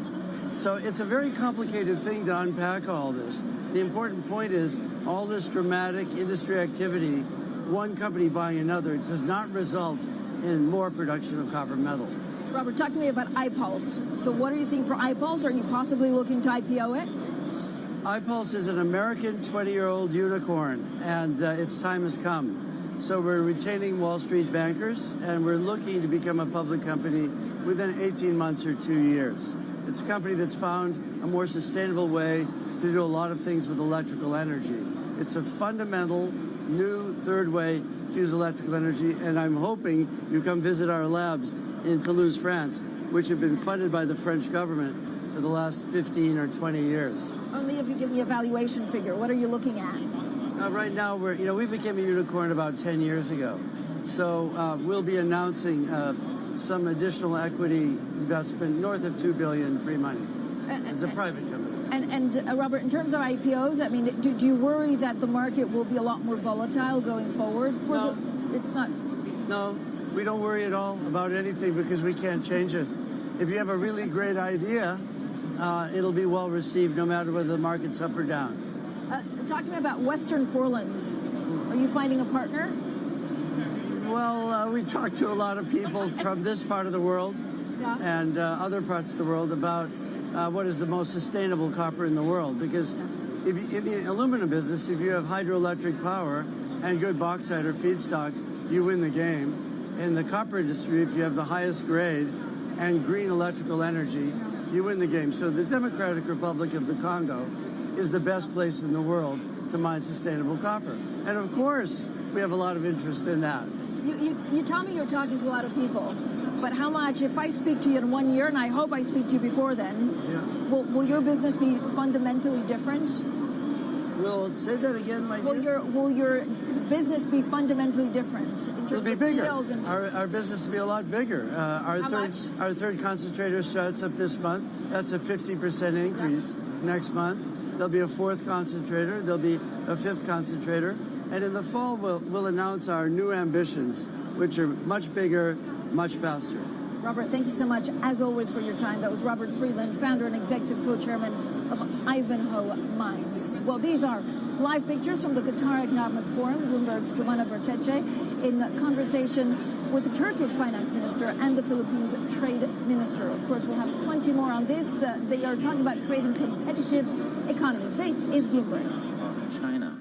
So now we are in a path where we build this competitiveness based on cost and on quality, and we are trying to reach the next level to move from a low-cost country to a best-cost country. This is reached, and the next level is to move from a best-cost country to a best-solution country. Quick question for you, Minister, just as a follow-up. It is...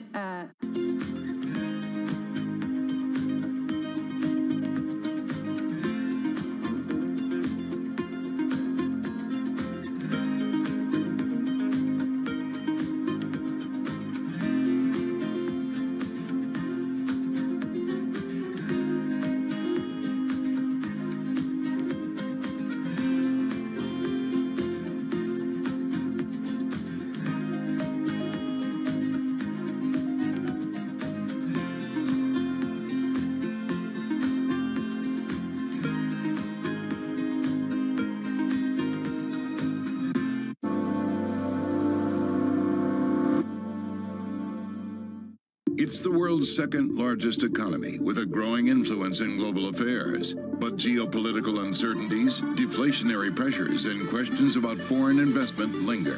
Bloomberg, the China Show, brings you the unmatched expertise you need to keep track of breaking news, in-depth market analysis, and the most influential newsmakers in and around China. Bloomberg, the China Show. Weekdays around the world, right here on Bloomberg. Context changes everything.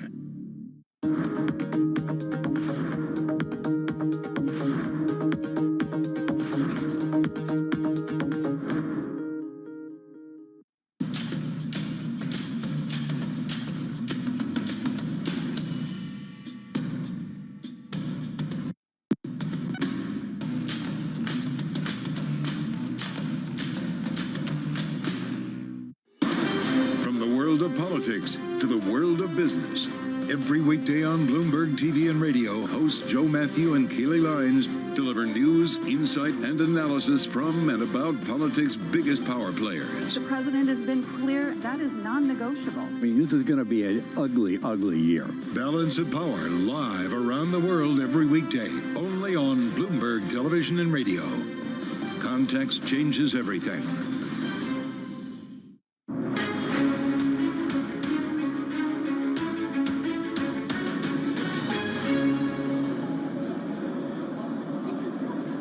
Now, the Ecuadorian dollar bonds have returned around 60% to investors this year, by far the best among emerging market peers. Now, that's in the wake of the country's deal with the IMF last month for a 4-year loan of about $4 billion.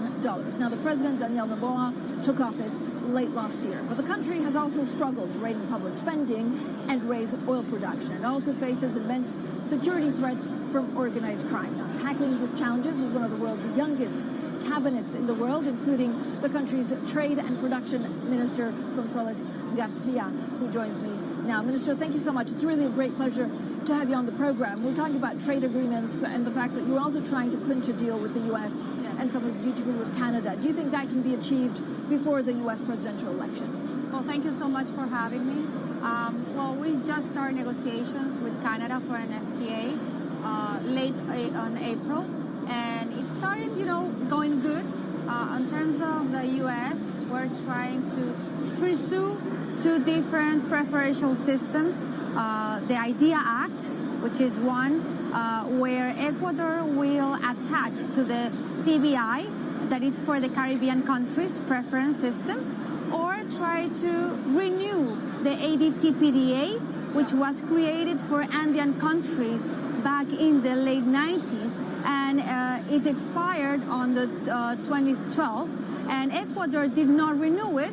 And right now, Ecuador doesn't have an FTA with the U.S., and we are trying to see if the channels between Ecuador and the U.S. can be profounded. Right now, we do not have an FTA with them. Minister, away from the U.S. and Canada, I know there's also been a bit of a crisis with Mexico. What kind of deal are you seeing in terms of trade? Well, right now we have a trade agenda for openness to the world.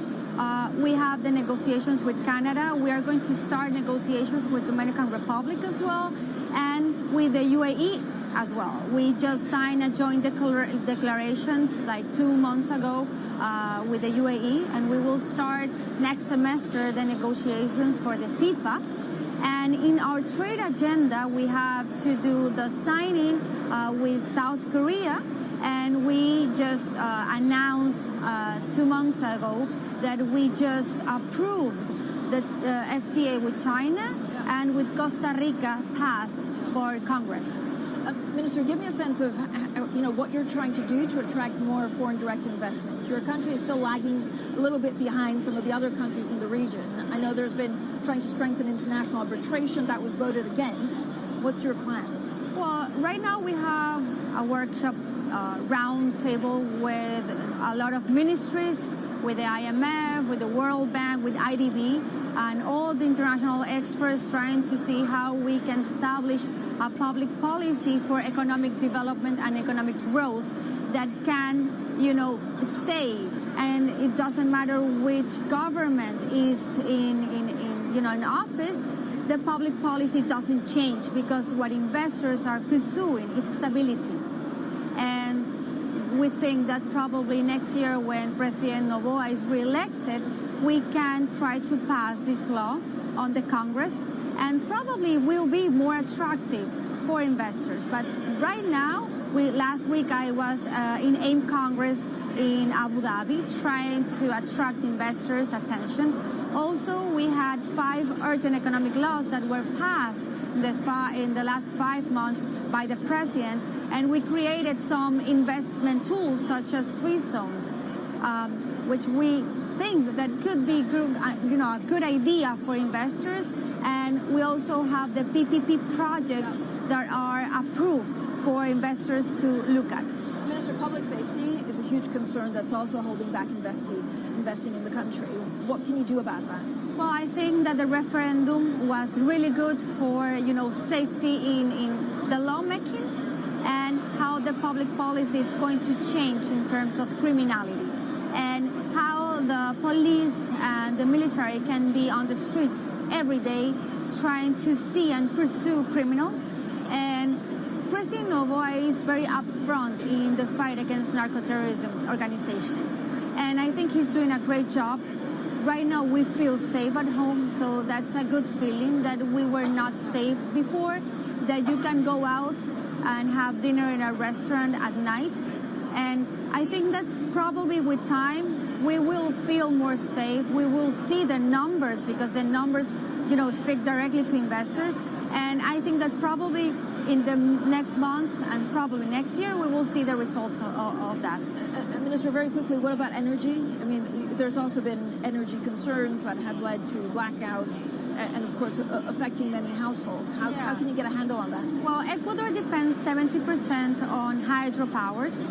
So when we had the worst drought in the history of Ecuador in the last 50 years, and all our dams were, very dry, and we didn't have energy to have from, and Colombia was having the same problem, and they were not able to sell us energy.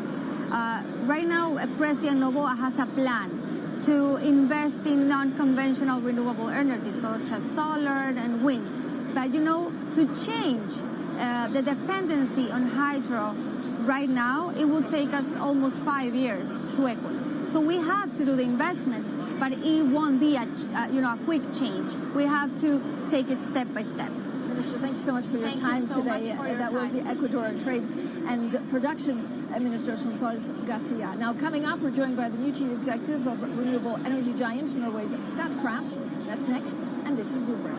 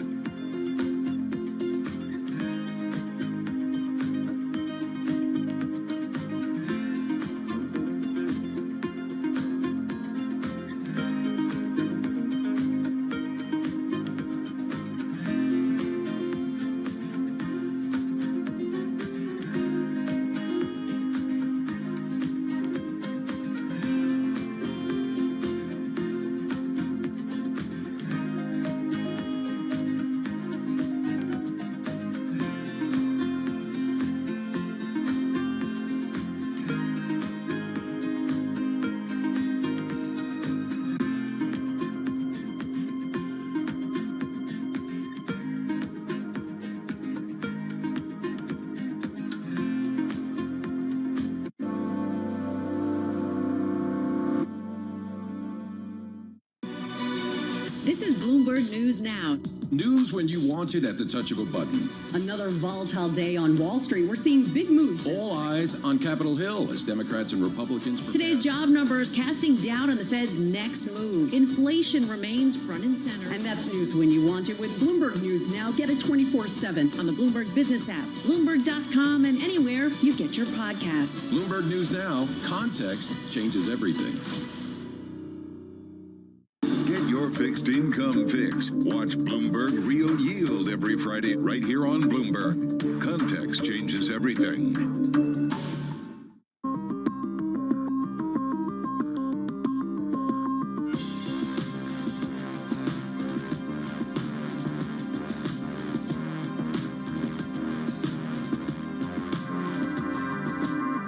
Welcome to the world of decentralized finance. With the surge in Bitcoin, you have crypto stocks also surging. Bloomberg's covering all things crypto, the people, This is a political attack, and we must hold our elected officials accountable. the transactions, Really a record-breaking moment. Bitcoin is the exit strategy. and the technology. Awareness is going to grow, and these things grow the overall industry. Crypto as an asset class is here to stay. Bloomberg Crypto, only on Bloomberg.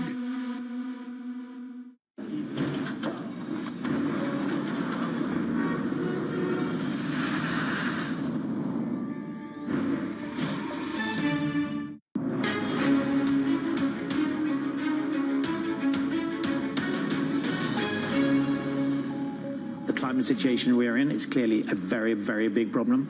We had the hottest year on record last year. It started to have impact in many, many different ways. You see it in the reinsurance prices. You see it in a lot of, worse harvests. It's leading, in some cases, to increased immigration. So it's impacting the world in very many different ways. Now, at the end of the day, this is actually a financial risk because it's a risk to the value of the fund. And if you're invested across the world and one company pollutes, you can't hide, right? Because you capture that pollution in all the other companies you own. Well, you can see the full interview with Nicolai Tangen, the chief executive of Norges Bank Investment Management, on Leaders with Lacroix Goes Green, airing at 9:30 p.m. New York time tonight in the U.S. and 6:30 p.m. London time on Thursday.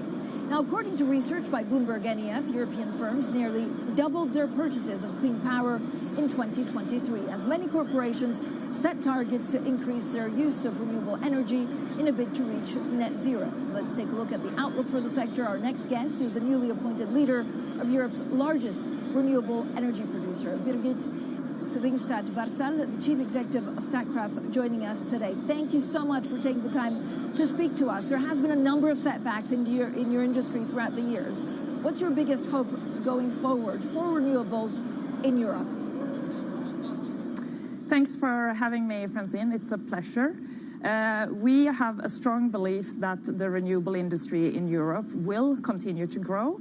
As you mentioned, currently there is a setback, seeing increasing costs and also seeing prices normalize after the very strong power prices and the energy crisis over the last 2 years. However, the fundamentals for renewables in Europe is strong, and we believe in a strong growth going forward. Particularly, we see solar and battery costs going down. We see wind power cost leveling out.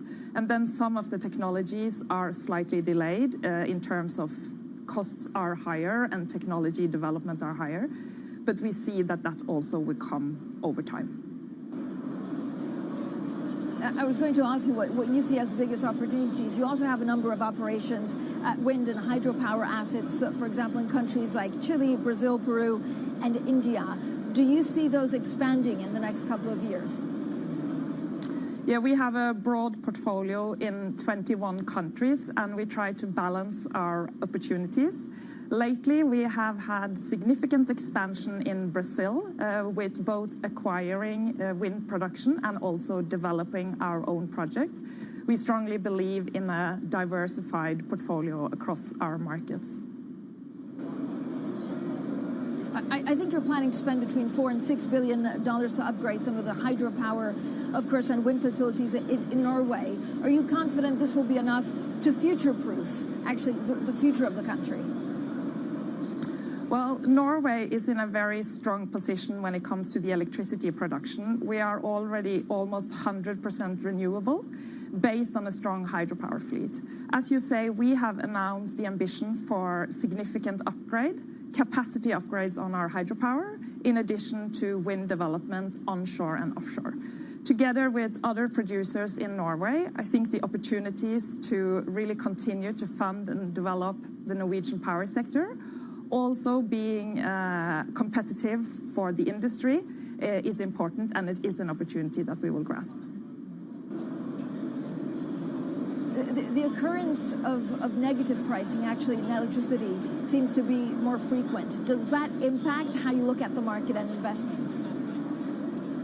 Well, this is with more intermittent energy coming into the market of solar and wind.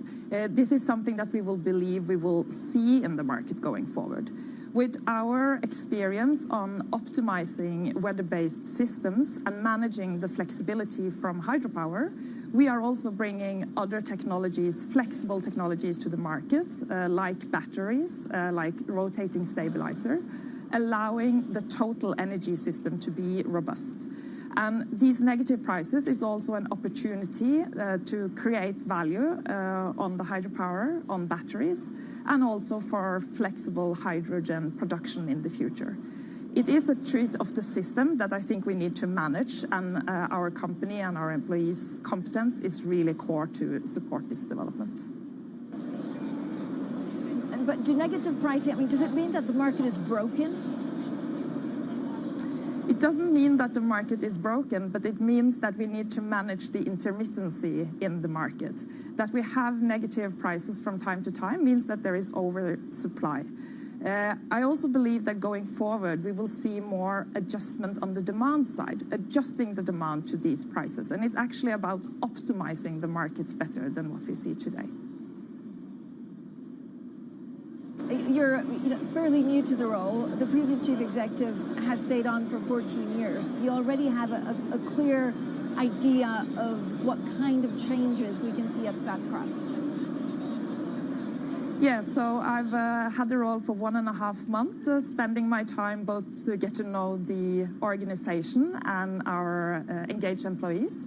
But also I've announced that we will sharpen our strategy. I've announced some divestments, and we also have a record growth investment plan this year that we will focus on delivering on.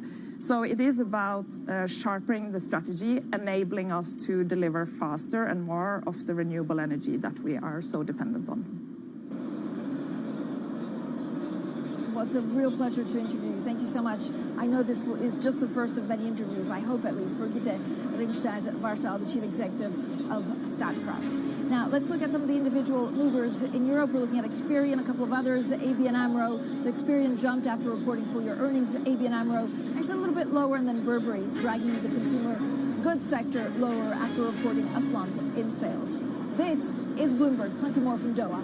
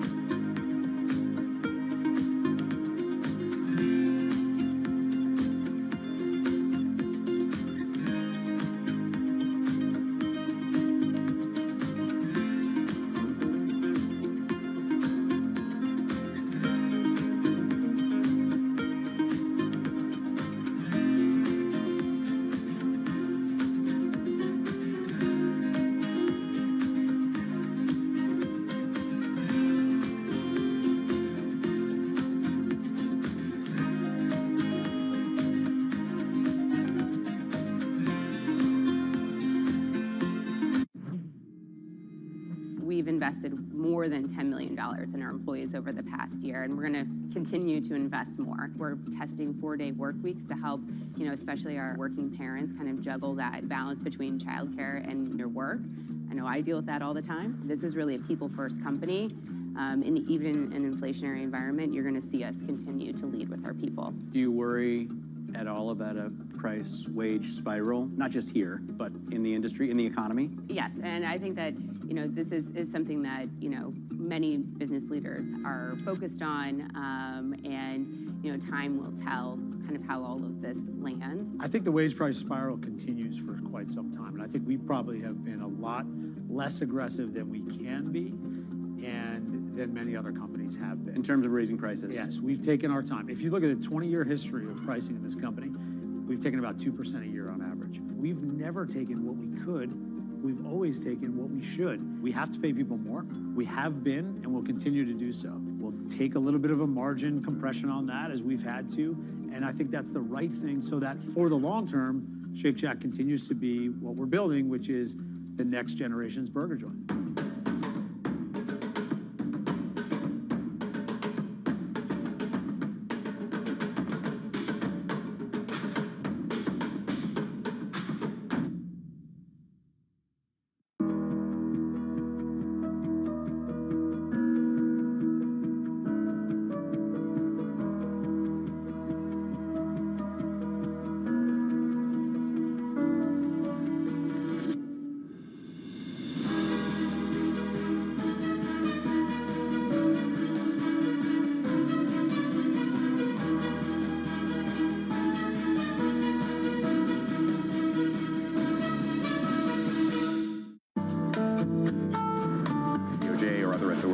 Could face bigger challenges next. It was going to keep rating World Cup. This is a 3. As the economic picture. Covering the intersections of Hollywood, Silicon Valley, and beyond.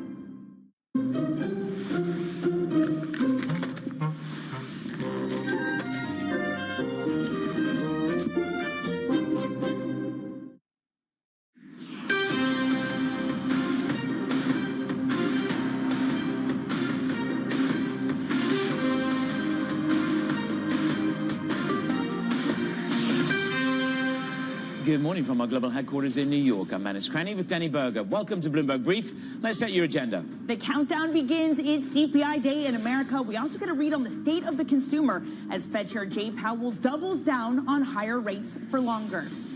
China blasts Biden's tariff move, vowing to take its own action without giving specifics. And OpenAI loses its chief scientist co-founder while Google launches search powered by AI. Happy CPI Day, Manus. Happy CPI Day. Will it be a rerun of what we had last month? Bonds moved by 18 basis points on the upside. There is this belief that we're moving back into the disinflation narrative. Equities firmly above the 5,200 level. Bank of America's survey saw clients dump $4 billion worth of stock last week. And Mr. Costin over at Goldman Sachs says we are going nowhere through to the end of the year. Multiple expansion, while possible, is less probable. So we're a little bit skittish and nervous going into this. By the way, global equities at the bottom of your screen have had the longest rally since January. So there is this global narrative of easing outside the United States of America. That emboldens that overall narrative. Take a look at GameStop at the bottom of your screen. Again, you are just seeing a little bit of a bid in this meme stock frenzy continue. We'll talk more about what Bill Gross is doing, selling straddles around two of the big names. And Boeing also under pressure this morning. They face a potential criminal prosecution over a deferred prosecution. Bonds are flat at the moment. Euro dollar. I mean, vol in euro dollar. I love this. It's at the highest in 4 months. The hedge funds are covering their shorts in euro. They're not taking any risks going into CPI. Nobody wants to be left quite literally swimming with their shorts down. Danny, good morning. I think you're so right, Manus, that this market is geared up for a softer print. You look at bonds, yields are down some 25 basis points in the last month. Bank of America showed the biggest flow into bonds since 2022, and you can see why. We've had softer sentiment readings, softer jobs, softer consumer coming from various companies. So what if inflation comes in hot? It is a potentially toxic mix, and one that suggests that the pain trade is yields higher today. But then this leans into what Powell reaffirmed yesterday. And to a certain extent, the bond market, the equity market have now absorbed that higher for longer. The question is of quantifying that and whether it is a Torsten Slok no cut or whether it is those insurance cuts. But Powell's sounding very steadfast yesterday. So the markets, what are we preparing for? It is CPI day, as Danny just said. It's the potential catalyst to a somewhat snoozy market. That's how it's been described as. Our next guest says this: central banks easing bias and growth risks are likely to place a ceiling on yields. Let's get to our guest. It is Bailey Wakefield, multi-asset portfolio manager over at Aviva. Bailey, great to have you with us. So it could be a frisky CPI day. It was last month. Bonds ratcheted by 18 basis points. But are we fully absorbed in this higher for longer narrative? You would say that there's a cap on yields in this market. What are you prepared for, and what are you hopeful for on the disinflation narrative? Good morning. Good morning. So yes, exactly. US CPI, it is the main focus for markets. We have a lot of data coming out this week, but it is the key metric that investors are waiting for. I mean, we can look at this from two perspectives, right? We've got the Fed's perspective. Even though CPI is a focus, it's unlikely to really change the Fed narrative, and that's going to need a few months of evidence to kind of influence that. And as you've said, Powell reaffirmed that yesterday, saying that it's taken longer than previously thought to gain confidence to lower rates. But then from a market's perspective, the mood has been a little bit more optimistic recently, with investors focusing more on the data points like unemployment, non-farm payrolls that showed that the economy is slowing in a way that the Fed wants to see, i.e. it's slowing, but it's resilient. So yeah, even with the producer prices yesterday, investors were really quick to spot that even though the index topped estimates, the components that feed into the Fed's inflation measures were kind of a bit more mixed. So overall, again, this CPI print is going to be key to see whether we enter another bull market or cause another upset. But at the moment, most investors are waiting on the sidelines to see. Bailey, it is so remarkable that the difference of 0.1% can do that in this market. We've seen it time and time again, and we've seen this yo-yo back and forth between these different narratives. How difficult is it, as we keep flopping from disinflation, maybe inflation is back, is it stagflation? How hard is it right now to hold on to your convictions?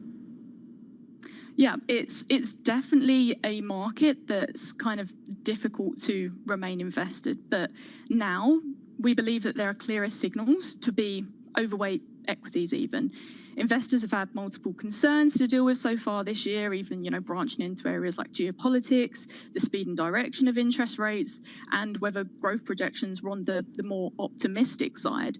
But from the Fed's point of view, it seems that their focus is trying to somewhat reduce the uncertainty and give confidence that even though higher rates have been kind of slower to take effect, their stance is the same and it's going to pay off eventually. So, Bailey, look, the bond markets have been leaning into the softer economic surprises here in the US, whether it's the jobs, the average hourly earnings. So there's a little bit more of a lean in there. As Danny set the table at the start of the show, down 25 basis points in the month of May in US Treasuries. But I'm looking at the UK, and again, there is very much the UK and the ECB. This divergence has been a very heavy narrative in the market that the Bank of England and the ECB would outgun the Fed. Are you still in that camp? I know that you've got a conviction on gilts. Hugh Pill said yesterday, of course, the Bank of England had capped underlying price pressures. Do you think we get more divergence or convergence is the new narrative for the back 6 months? There is some potential for some divergence there. We do have our long UK gilts position at the 10-year point. The Bank of England has opened the door to a June rate cut after pointing to demand growth potentially remaining weaker than supply, and key indicators of inflation pressures, although they're still elevated, they are moderating broadly. And while growth has improved, data has been broadly, fairly poor. As you've said, we've seen economists saying that there's still a lot of work to do to curb price pressures, but it's not unreasonable to expect cuts being considered over the summer. Bailey, can I get back to your equity call? You said just a moment ago that there are clear signs to be overweight equities. But if you look at what equities are doing now, in a whisker of an all-time new high, but what's got us there is utility stocks. Over the past month, utility as a sector has gained 12% versus the S&P's 3.5%. That's not the index you think would be doing well on risk on. That's the safety. That's the bond proxy. So what does that tell you if that's how we got to the point we're at right now? Yeah, sure. I mean, I take it as a positive for markets that we aren't just seeing a rally in the Magnificent Seven. We are seeing a broadening of earnings expectations beating, sectors that have been previously under-owned and potentially somewhat undervalued being bought up by market participants. So overall, that broadness of the market rally is something that's quite positive for equities. And then I look at European stocks as well this morning, and they're at another record high. You've increased your exposure to the European complex. I'm just looking over the past month, just as Danny said that. And again, in Europe, it is utilities which are up 9% relative. She's a good one. She comes in, actually, she's in 10 minutes before me, so she's the early bird that catches the worm. But again, in Europe, it's utilities up 9% relative to the stock 600, up 3.4%. How are you exposed in Europe? And again, to Danny's point, that is a more of a bond proxy in Europe relative to risk on. Yeah, so as you've said, our conviction has increased in European equities. Europe is at more of a cyclical low point.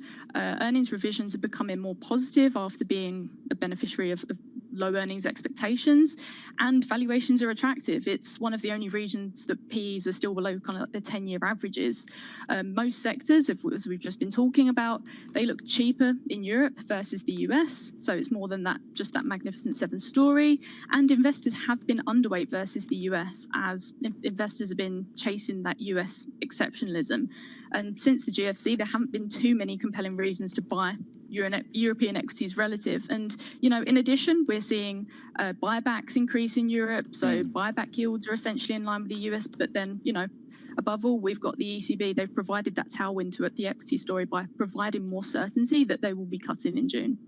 And just to be fair on that, I mean, it's banks, media, and industrials that overall year to date have outperformed. But I think it's interesting, Danny's point, in terms of the near-term highs have been taken out by utilities. Yeah, and Manus, you know, as I say that, of course, you know, utilities, the safe things leading us there, but also meme stocks. So I don't know, get your head around that. Bailey, I'm afraid that's all we have time for. You're going to escape our meme stock question this morning. Bailey Wakefield of Aviva Investors. All right, Manus, let's get to some of the other top stories that are trending on the terminal this morning. The U.S. Justice Department has found that Boeing is in violation of a settlement. That settlement had allowed the company to avoid criminal prosecution after 2 deadly crashes more than 5 years ago. It's now up to the DOJ to decide whether or not to file charges against Boeing. In a statement, the U.S. plane maker said it believed it had honored the terms of the agreement. China is said to be considering buying unsold homes to support its troubled property market. According to Bloomberg sources, the country's state council is currently seeking feedback on the plan. Now, it would involve state-owned enterprises buying the homes at steep discounts, using loans from state banks, and turning them into affordable housing.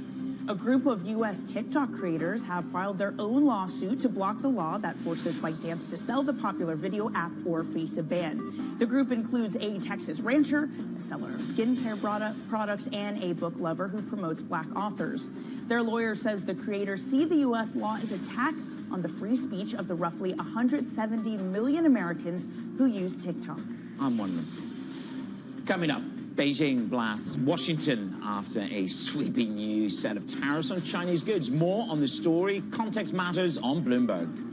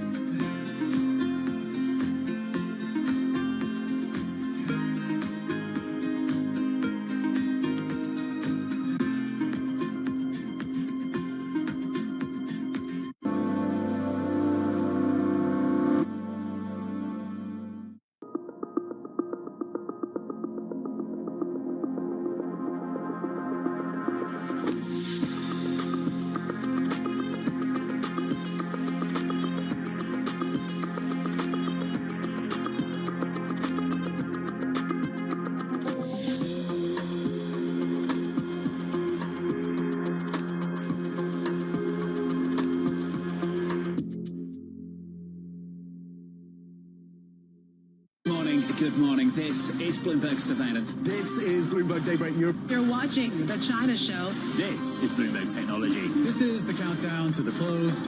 Welcome to Balance of Power. This is Bloomberg.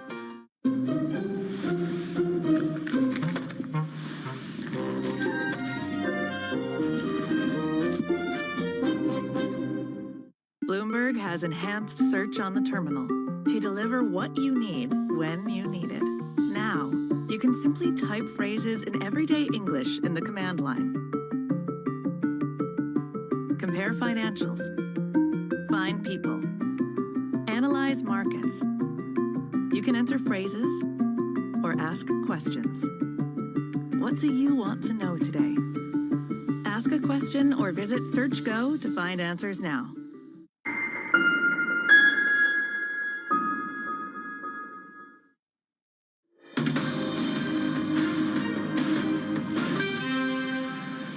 I want fair competition with China, not conflict. When you make tactics like these, you're not competing. It's not competition, it's cheating. And we've seen damage here in America. Have been long awaited, but it happened. President Biden signing fresh tariffs on Chinese goods into law, and Beijing has fired back, writing in a statement, quote, China will take resolute measures to safeguard its own rights and interests. The U.S. should immediately correct its wrong actions and cancel the additional tariff measures against China. For more, let's go over to Bloomberg's Bobby Ghosh, who's at the Qatar Economic Forum, having many discussions about geopolitics there, I am sure, Bobby. Great to see you this morning. Okay, so China says we will do something unless you remove these tariffs. What could that something possibly be, Bobby? Well, as you say, there's been a lot of speculation about that at the Economic Forum, and I've been speaking to people about it, and there's a little bit of surprise that China chose to respond with rhetoric rather than direct action.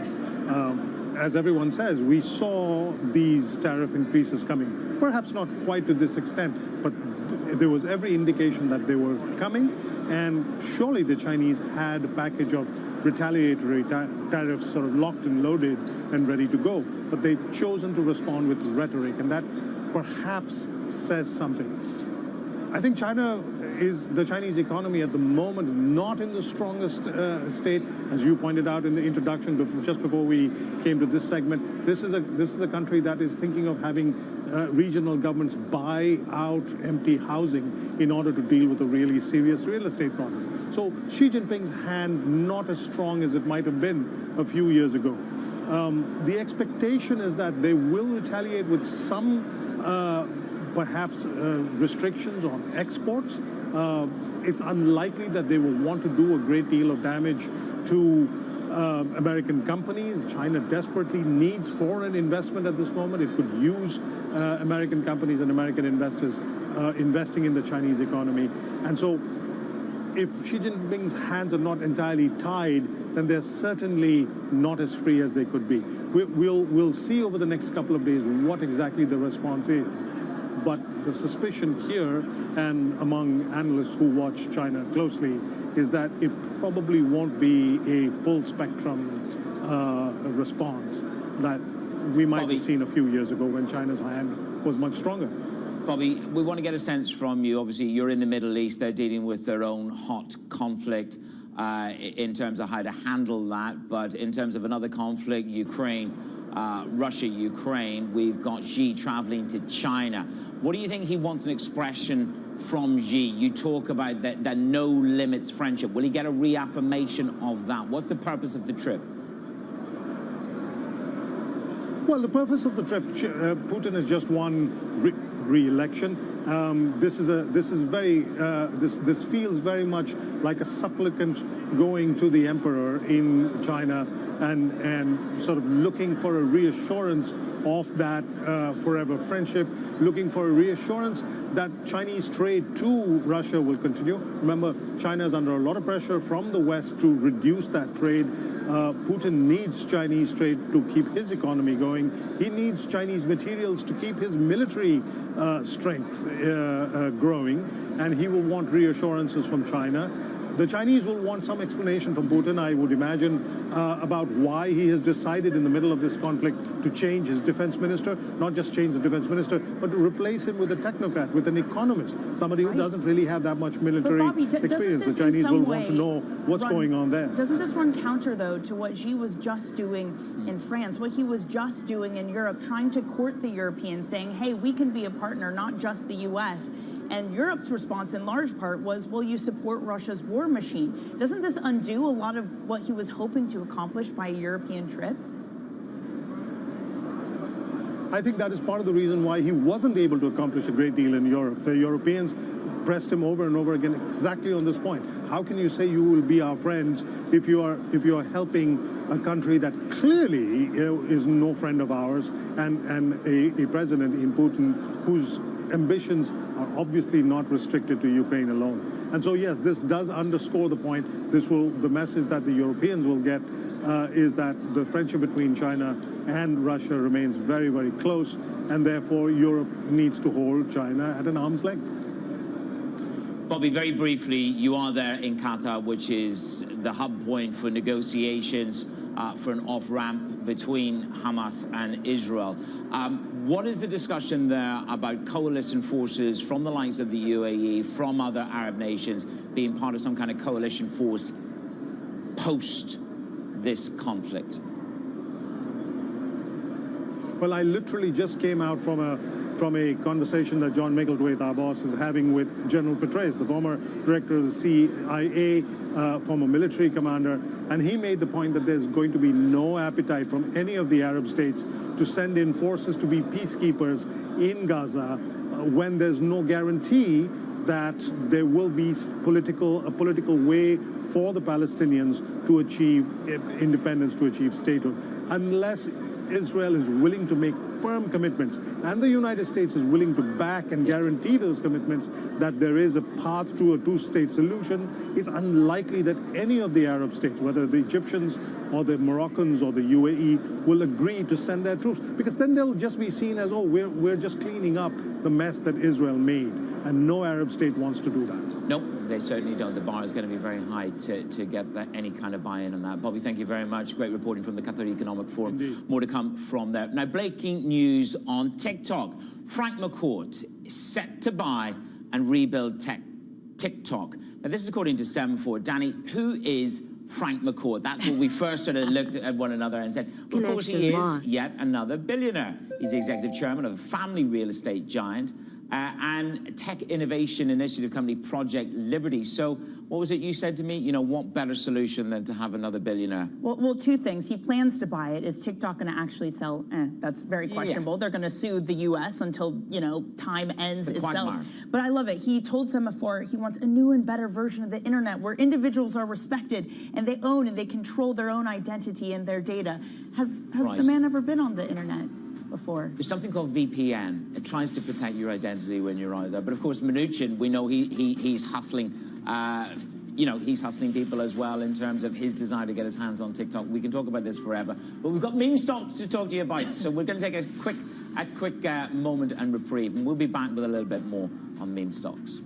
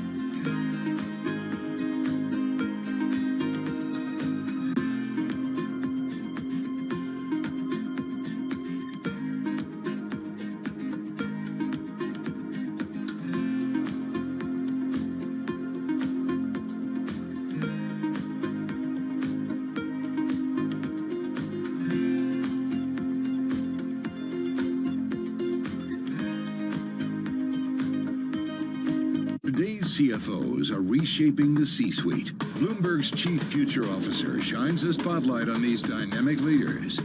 It's an incredibly fun job, for sure. We're in the business of leading beyond the numbers.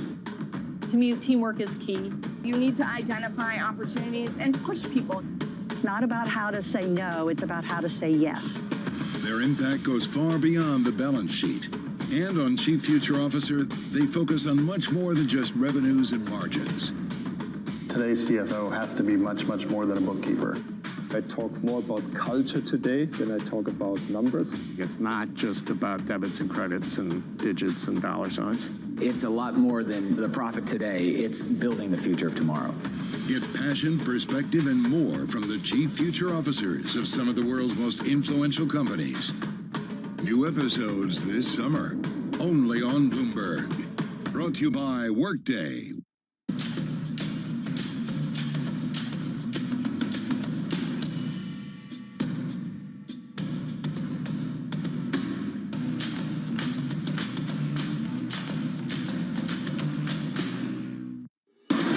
From the world of politics to the world of business. Every weekday on Bloomberg TV and radio, hosts Joe Matthew and Keely Lines deliver news, insight, and analysis from and about politics' biggest power players. The president has been clear that is non-negotiable. I mean, this is going to be an ugly, ugly year. Balance of Power, live around the world every weekday, only on Bloomberg Television and Radio. Context changes everything.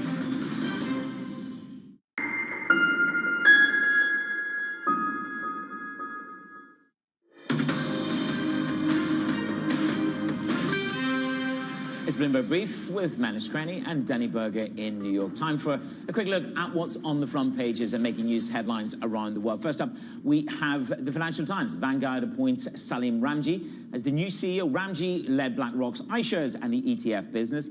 Yeah, that's a bit of a monster business. Replaces Tim Buckley, who's planning to retire after 6 years as the CEO. And this is very weird for Vanguard. They usually just promote people internally, so this is definitely a shift for them to go outside. Now, Shake it. Next up on the Journal. So this one really caught my eye. Front page of the Journal.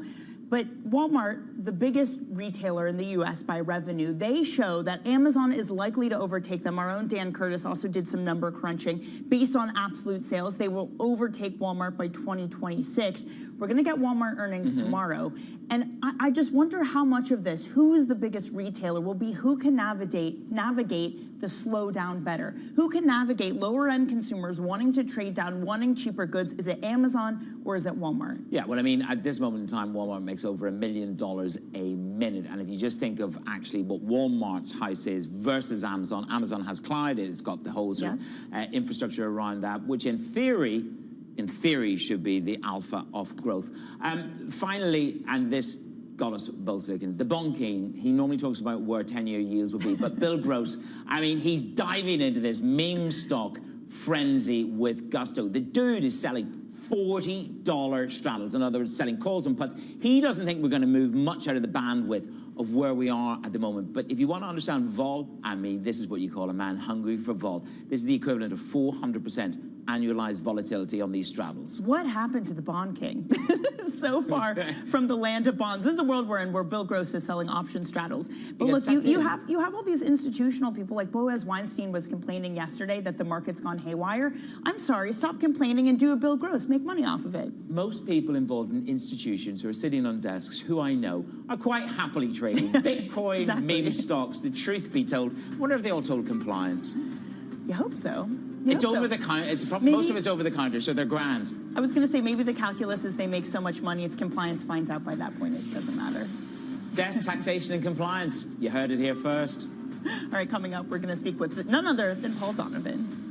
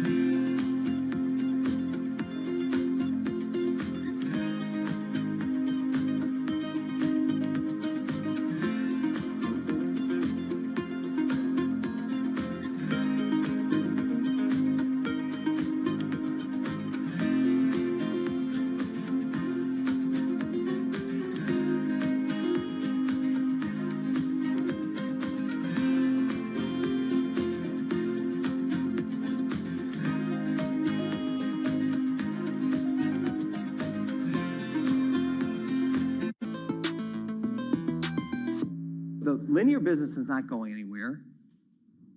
The sports business is moving is going to figure itself out between digital and linear. It's an unbelievably healthy market. They all have to be in it. They all want to be, every single one of the players want to be in it because of the audience. We have two assets in the sports business that are year-long, don't have a season. I don't believe prices are going down. You're going to figure out the bifurcation of the rights and give things up, not give things up. How long do you think it is before Netflix actually jumps into sports? You know, they're in sports right now, but they just do the shoulder programming. Yeah. I think their point of view, and you'll ask Ted tomorrow, is we build up we don't want to be in the bidding of rights and then not have any long tail. So I'm not sure. They did bid on Formula One, but ESPN got it. So I think that was a smaller package, meaning smaller economics. So we'll see.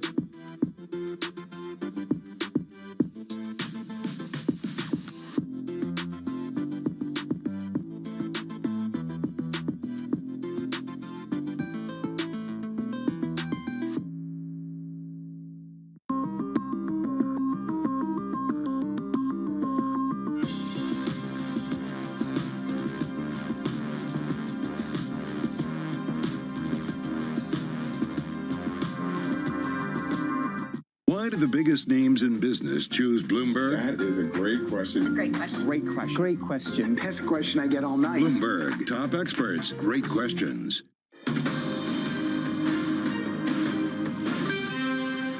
From our global headquarters in New York, I'm Danny Berger alongside Manish Cranny. Let's set your agenda. It is CPI day in the USA. We also get a read on the state of the consumer as Fed Chair Jay Powell doubles down on higher rates for longer.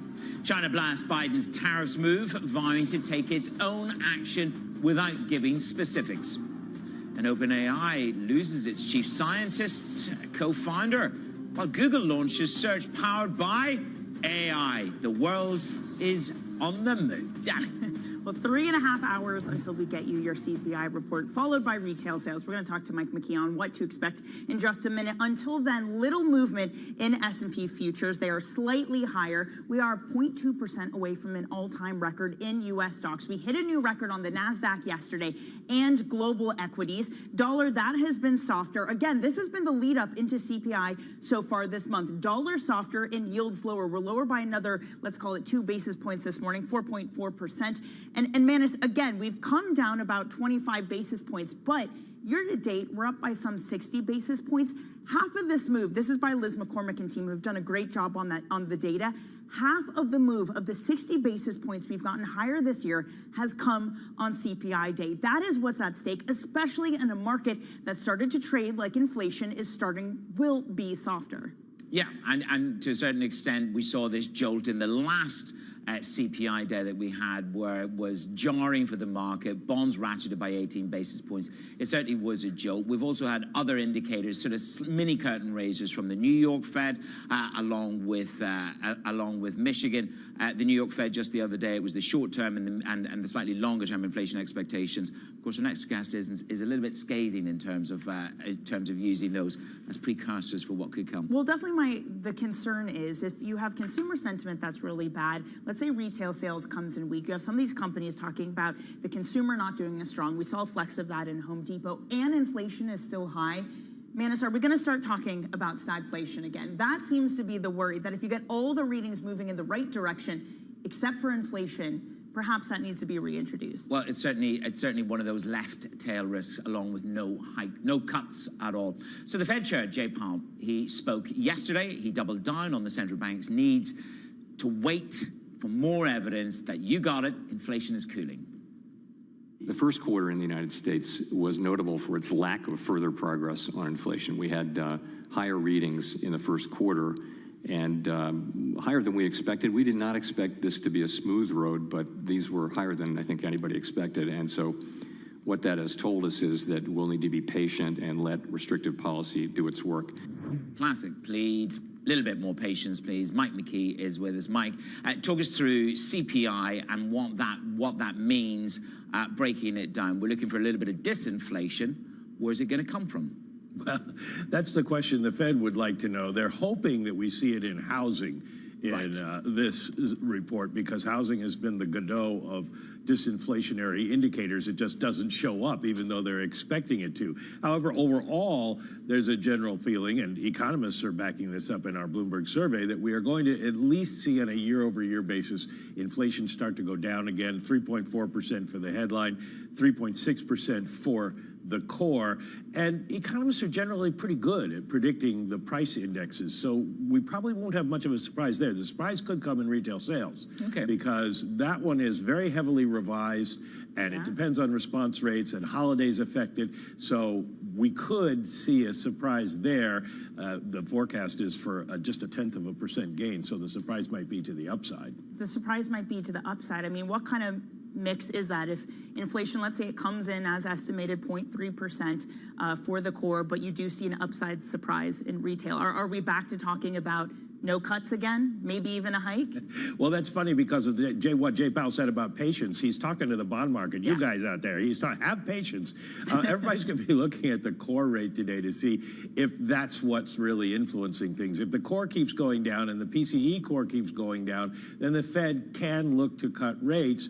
And if we see a little weakness in the economy, that just helps make the case. But if the economy is strong, that kind of pushes it out some. Where are we on the soft data to the hard data? Because you look at some of the soft data, the economic surprises is certainly dipping. And in a relative sense, that's where the market is, bad news is good news. That, I mean, we're in that classic kind of situation. Every time we get a little bit of a dip on some of the softer indicators, there's more hope for these rate cuts to come, isn't there?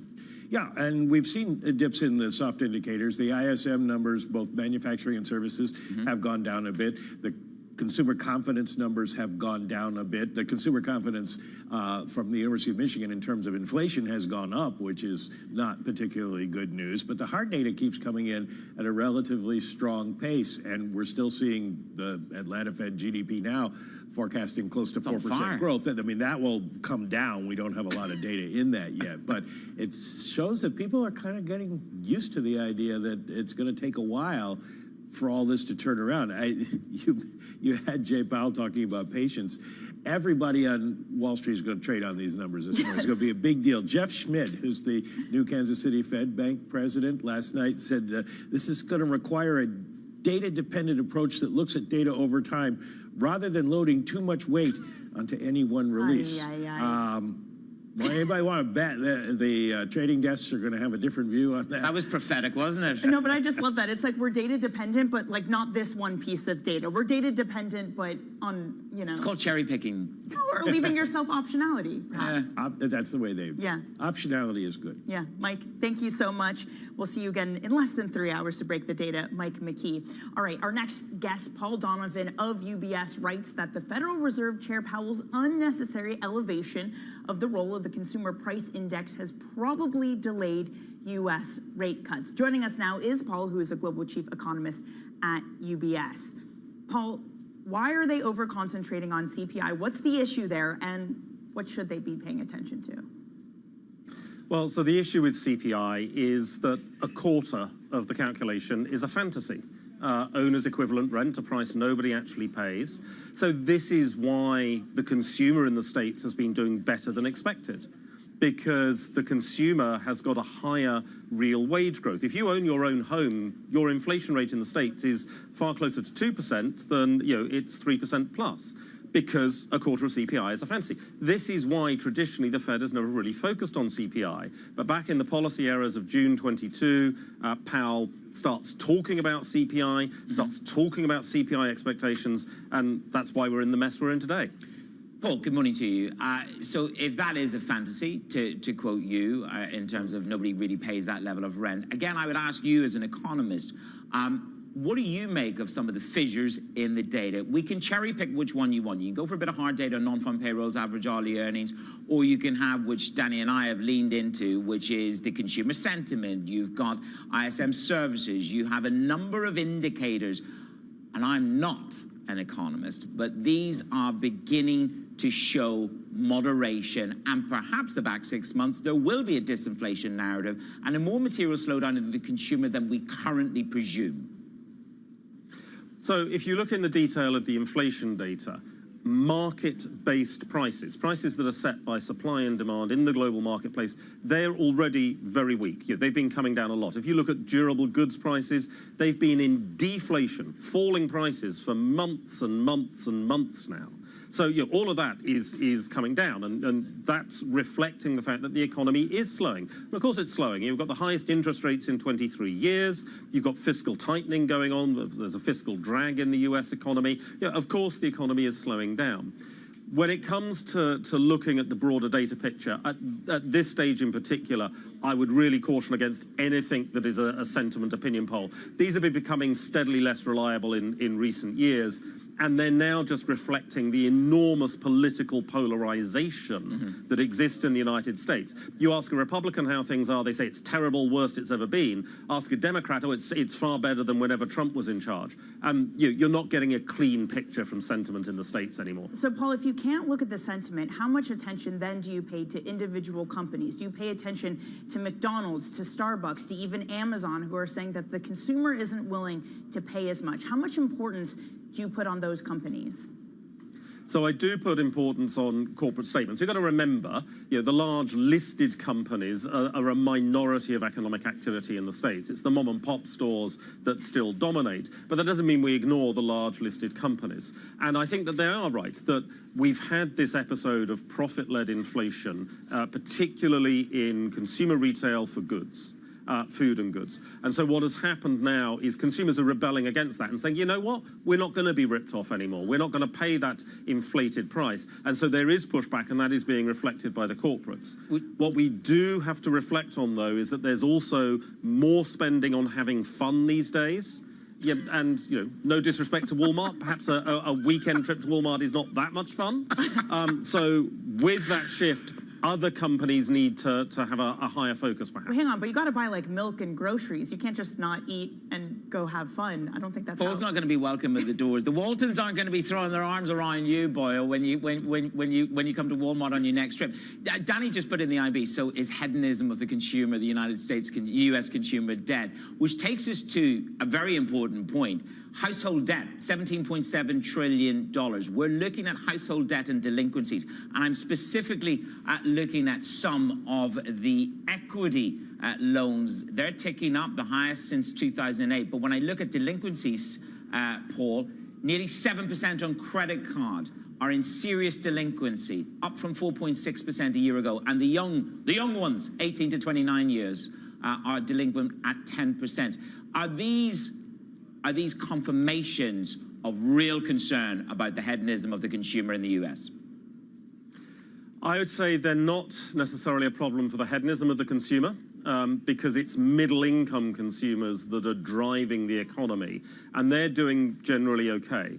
What I'm saying is that this is a reflection of Powell with his casual, oh, higher for longer, it doesn't matter, we need to be restrictive. What he is doing is creating social division.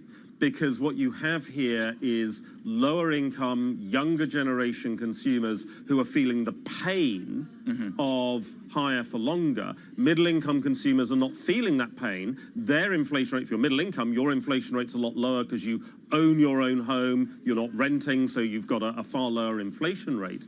And so that disparity in real disposable income and in the cost of credit and who it's affecting, that's where the problem comes in. And that, I think, is why we're seeing these delinquency levels rise in what is quite a significant way, but it's confined more to the lower income and the younger generation. Right, well, it's the illusion of the aggregate, Paul. On an aggregate, the U.S. economy is doing well. On an aggregate level, the consumer is spending and is doing okay. It's the stress in the margins. Paul, at what point does stress in the margins become a problem for the aggregate?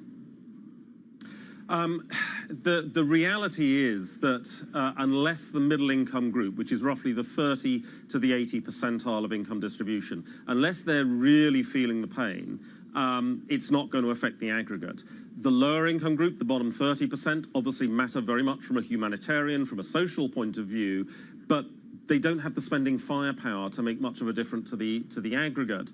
And the top 20% do have a lot of spending firepower, but their consumption is generally fairly stable. They don't have the volatility. That's why you focus in on the middle income group. And the middle income group has higher real wage growth than is commonly supposed because they've got a lower inflation rate. They've still got some savings from the pandemic era. They've been able to cut back on their monthly savings rate, which has enhanced things. They're still spending money on having fun. Somebody's got to buy the Beyonce concert tickets. You're absolutely right. Is it Paul Donovan? Paul, did you go to Paris to see Beyonce? I did not manage to get to Paris to see Beyonce, unfortunately. I'm more of a Swiftie anyway. Oh, well, we can track them where you went to buy your Taylor Swift tickets. You can go back and tell us that another time, because we know where you're not going, and that's Walmart on your next trip to the United States of America. Paul, great to get you with us. And as you said, bifurcation in the hedonism of the U.S. consumer. It's a subplot. Paul Donovan at UBS. It continues. Coming up, Burberry warns of the challenging times ahead as their sales drop due to weak demand. You got it. We discuss. Context matters on Bloomberg. Good morning.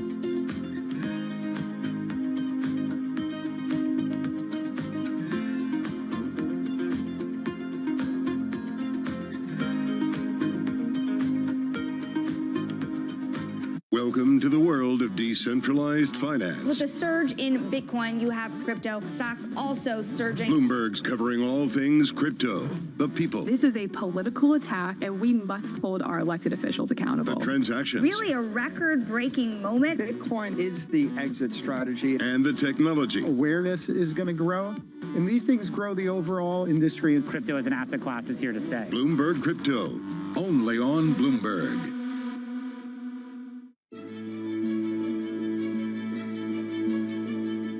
We invest in, buy, and own the backbone of the global economy. When the water gets delivered to your house, the road you drive on, the pipeline that brings different things to your community, the telecom towers that transmit your phone, the data center, the real estate that you live in. It's what we own and build, so it's really what drives the economy, and you don't often see our name. Is that a good or a bad thing? You know, it's just because we're behind the scenes, but it's big, with $1 trillion of assets almost. We're behind a lot of the things of the global economy. So being low-key, do you think it gives you strength? We just try to be quiet and do our thing, and sometimes it helps and sometimes it doesn't. But I'd say on balance, it's been good for us.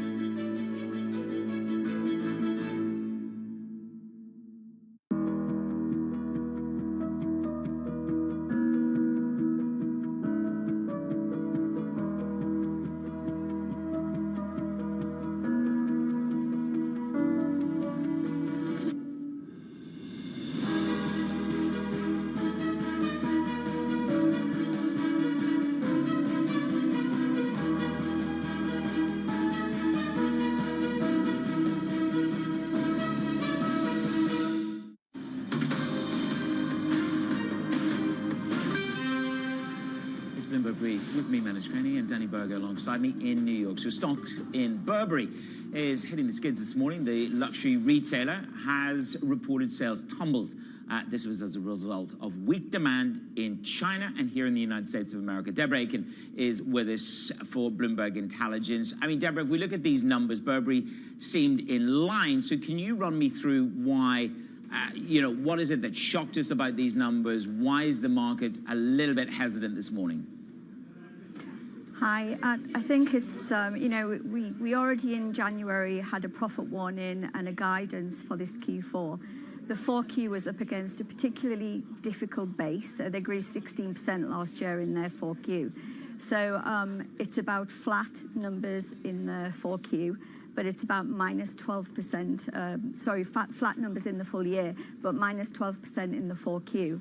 And that in particular was across all regions. There's heavy decline in China, minus 19%. And then also it's on the upline, the expectation that actually we're not seeing demand come through. The order books aren't as high as they could be. So it's going to be about spending more, and that profit line, in particular EPS and operating margin, being under pressure into 2025. Deborah, it's a big day to get a sense of how consumers are doing. We get retail sales in the US today, but what we've seen time and time again is with these aspirational type brands, consumers aren't as willing to buy, or they're not buying as much. So if you are a brand like Burberry and you're also looking at Gucci struggling, Kate Spade struggling, is there a clear path to getting back on track? So it's a difficult stage at the moment. I think under CEO Jonathan Ackroyd and what he's done and what he plans to do, they've come in with a big runway collection, and that's higher price. So that's difficult in a really soft market, but it's something that was planned pre the market. So that bites them, but they are coming through with new product. They have 50% of product now from the new designer, Daniel Lee. They head into their third collection, and that's generally in a normal market where things would temper out. They're coming in with some core product at lower price. They're doing more in bags and more in ready-to-wear, where they're still very soft. And then they're going to focus their probably raised marketing spend more into China and the US markets to really redefine and elevate the brand. Okay, Deborah, thank you very much. That is Deborah Aiken of Bloomberg Intelligence.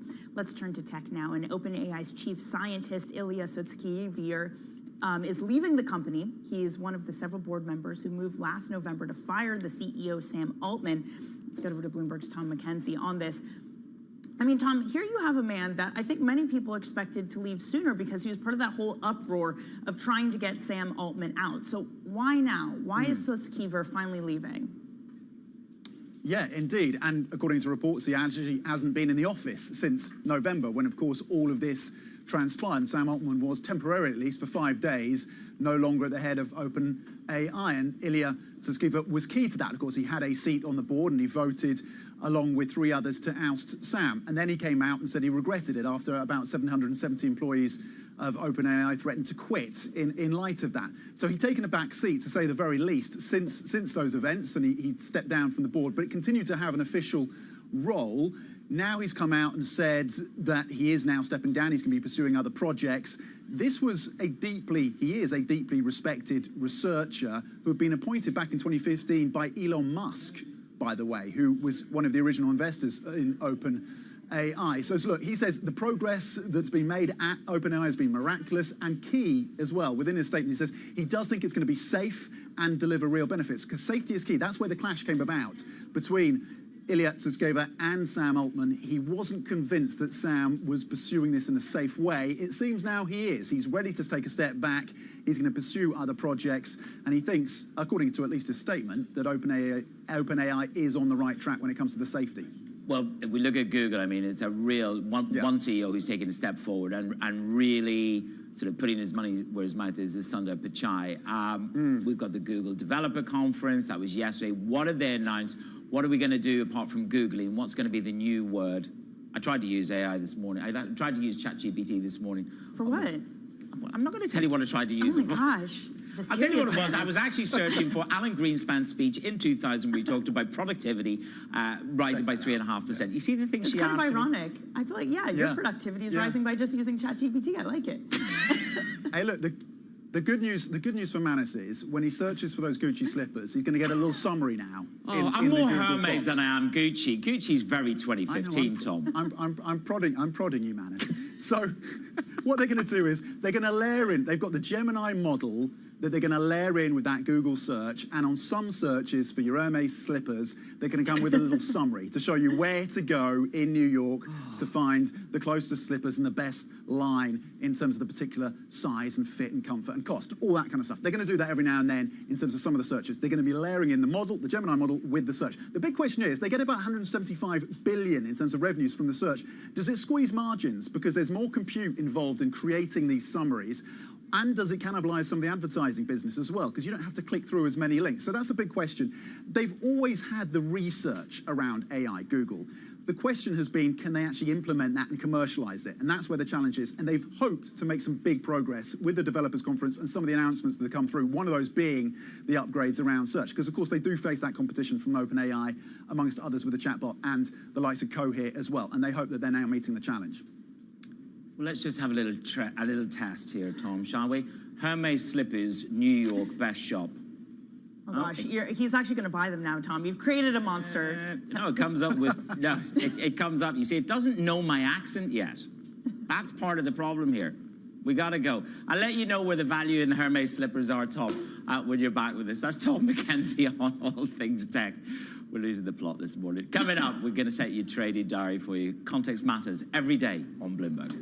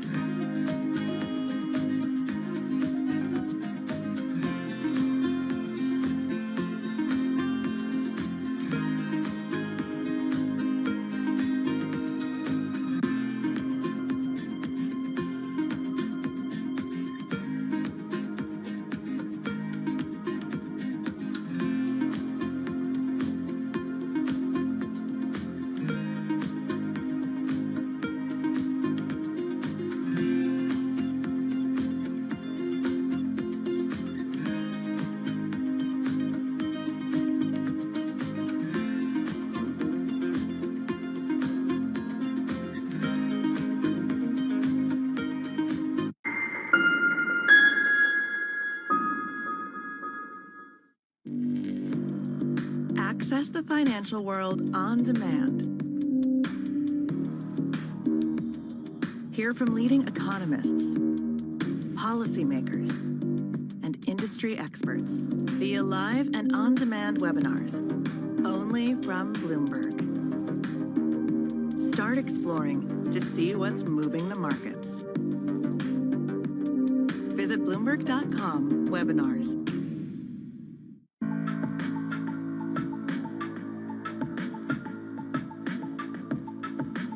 This is Bloomberg. DOJ or other authorities. Could face bigger challenges next. Fed was going to keep rate World Cup. This is a 3 as the economic picture. Covering the intersections of Hollywood, Silicon Valley, and beyond.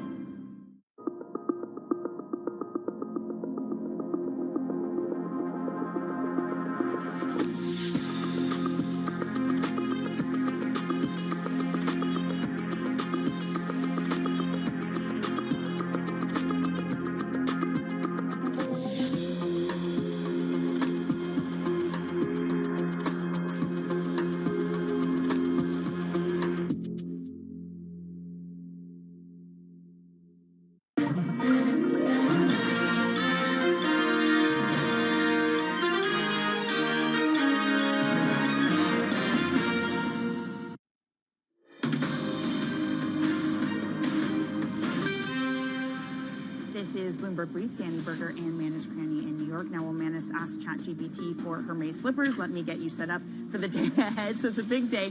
We have CPI and retail sales. Both of those will come out at 8:30 a.m. Eastern. Then Minneapolis Fed President Neil Kashkari will be speaking at 12 p.m. And then Cisco reports its third quarter results after the bell. Manus, any luck?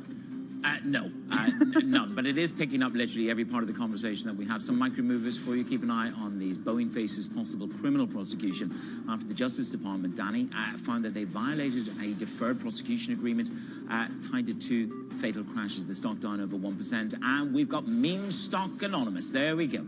We're roaring ahead. GameStop and AMC both flying high. And of course, we covered this morning, didn't we? Bill Gross, he's not having any of it. He sold straddles around this. Yeah, I love it. The market's more calm, but, you know, meme stocks still alive and thriving.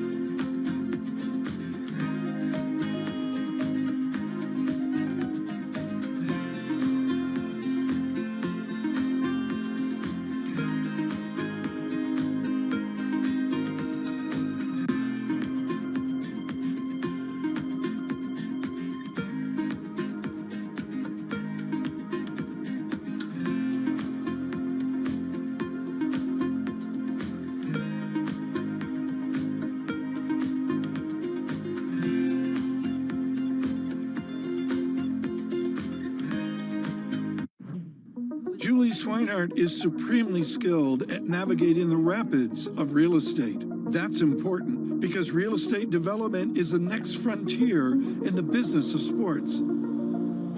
Fenway Sports Group has a blockbuster project in the works. We have 5 acres to play with here. And when all is said and done, we expect 2 million square feet across residential, commercial, retail. Given the track record of Messrs. Henry, Werner, and Gordon, the Fenway Corners plan comes with high hopes of success. That doesn't mean it will be an easy lift, especially right now. What have you learned with the dynamic move of the interest rates? Do you go fixed structure or floating structure, much more like what they do in Europe? Yes and yes. We have a mix currently. It's a little bit of a different model than what I was used to in the public company space. Say in some ways we provide ourselves with a natural hedge, leaving some of our debt floating and some fixed. Julie Swinehart took me on a walking tour into the future. This is going to become the true entrance to Fenway Park, and that's part of the attractiveness of this project is the age-old recipe of increasing dwell times, bringing fans to the park, bringing in businesses, maintaining what's here and preserving some of the historic nature of what you see around you, but making it even more accessible, making it more fan-friendly. In a multi-trillion-dollar industry, there's a lot of ground to cover. Bitcoin ETFs rubbing elbows with the big dogs. This frenzy has engulfed the entire world. We'll show you what's happening in ETFs like no one else. Bloomberg ETF IQ, only on Bloomberg.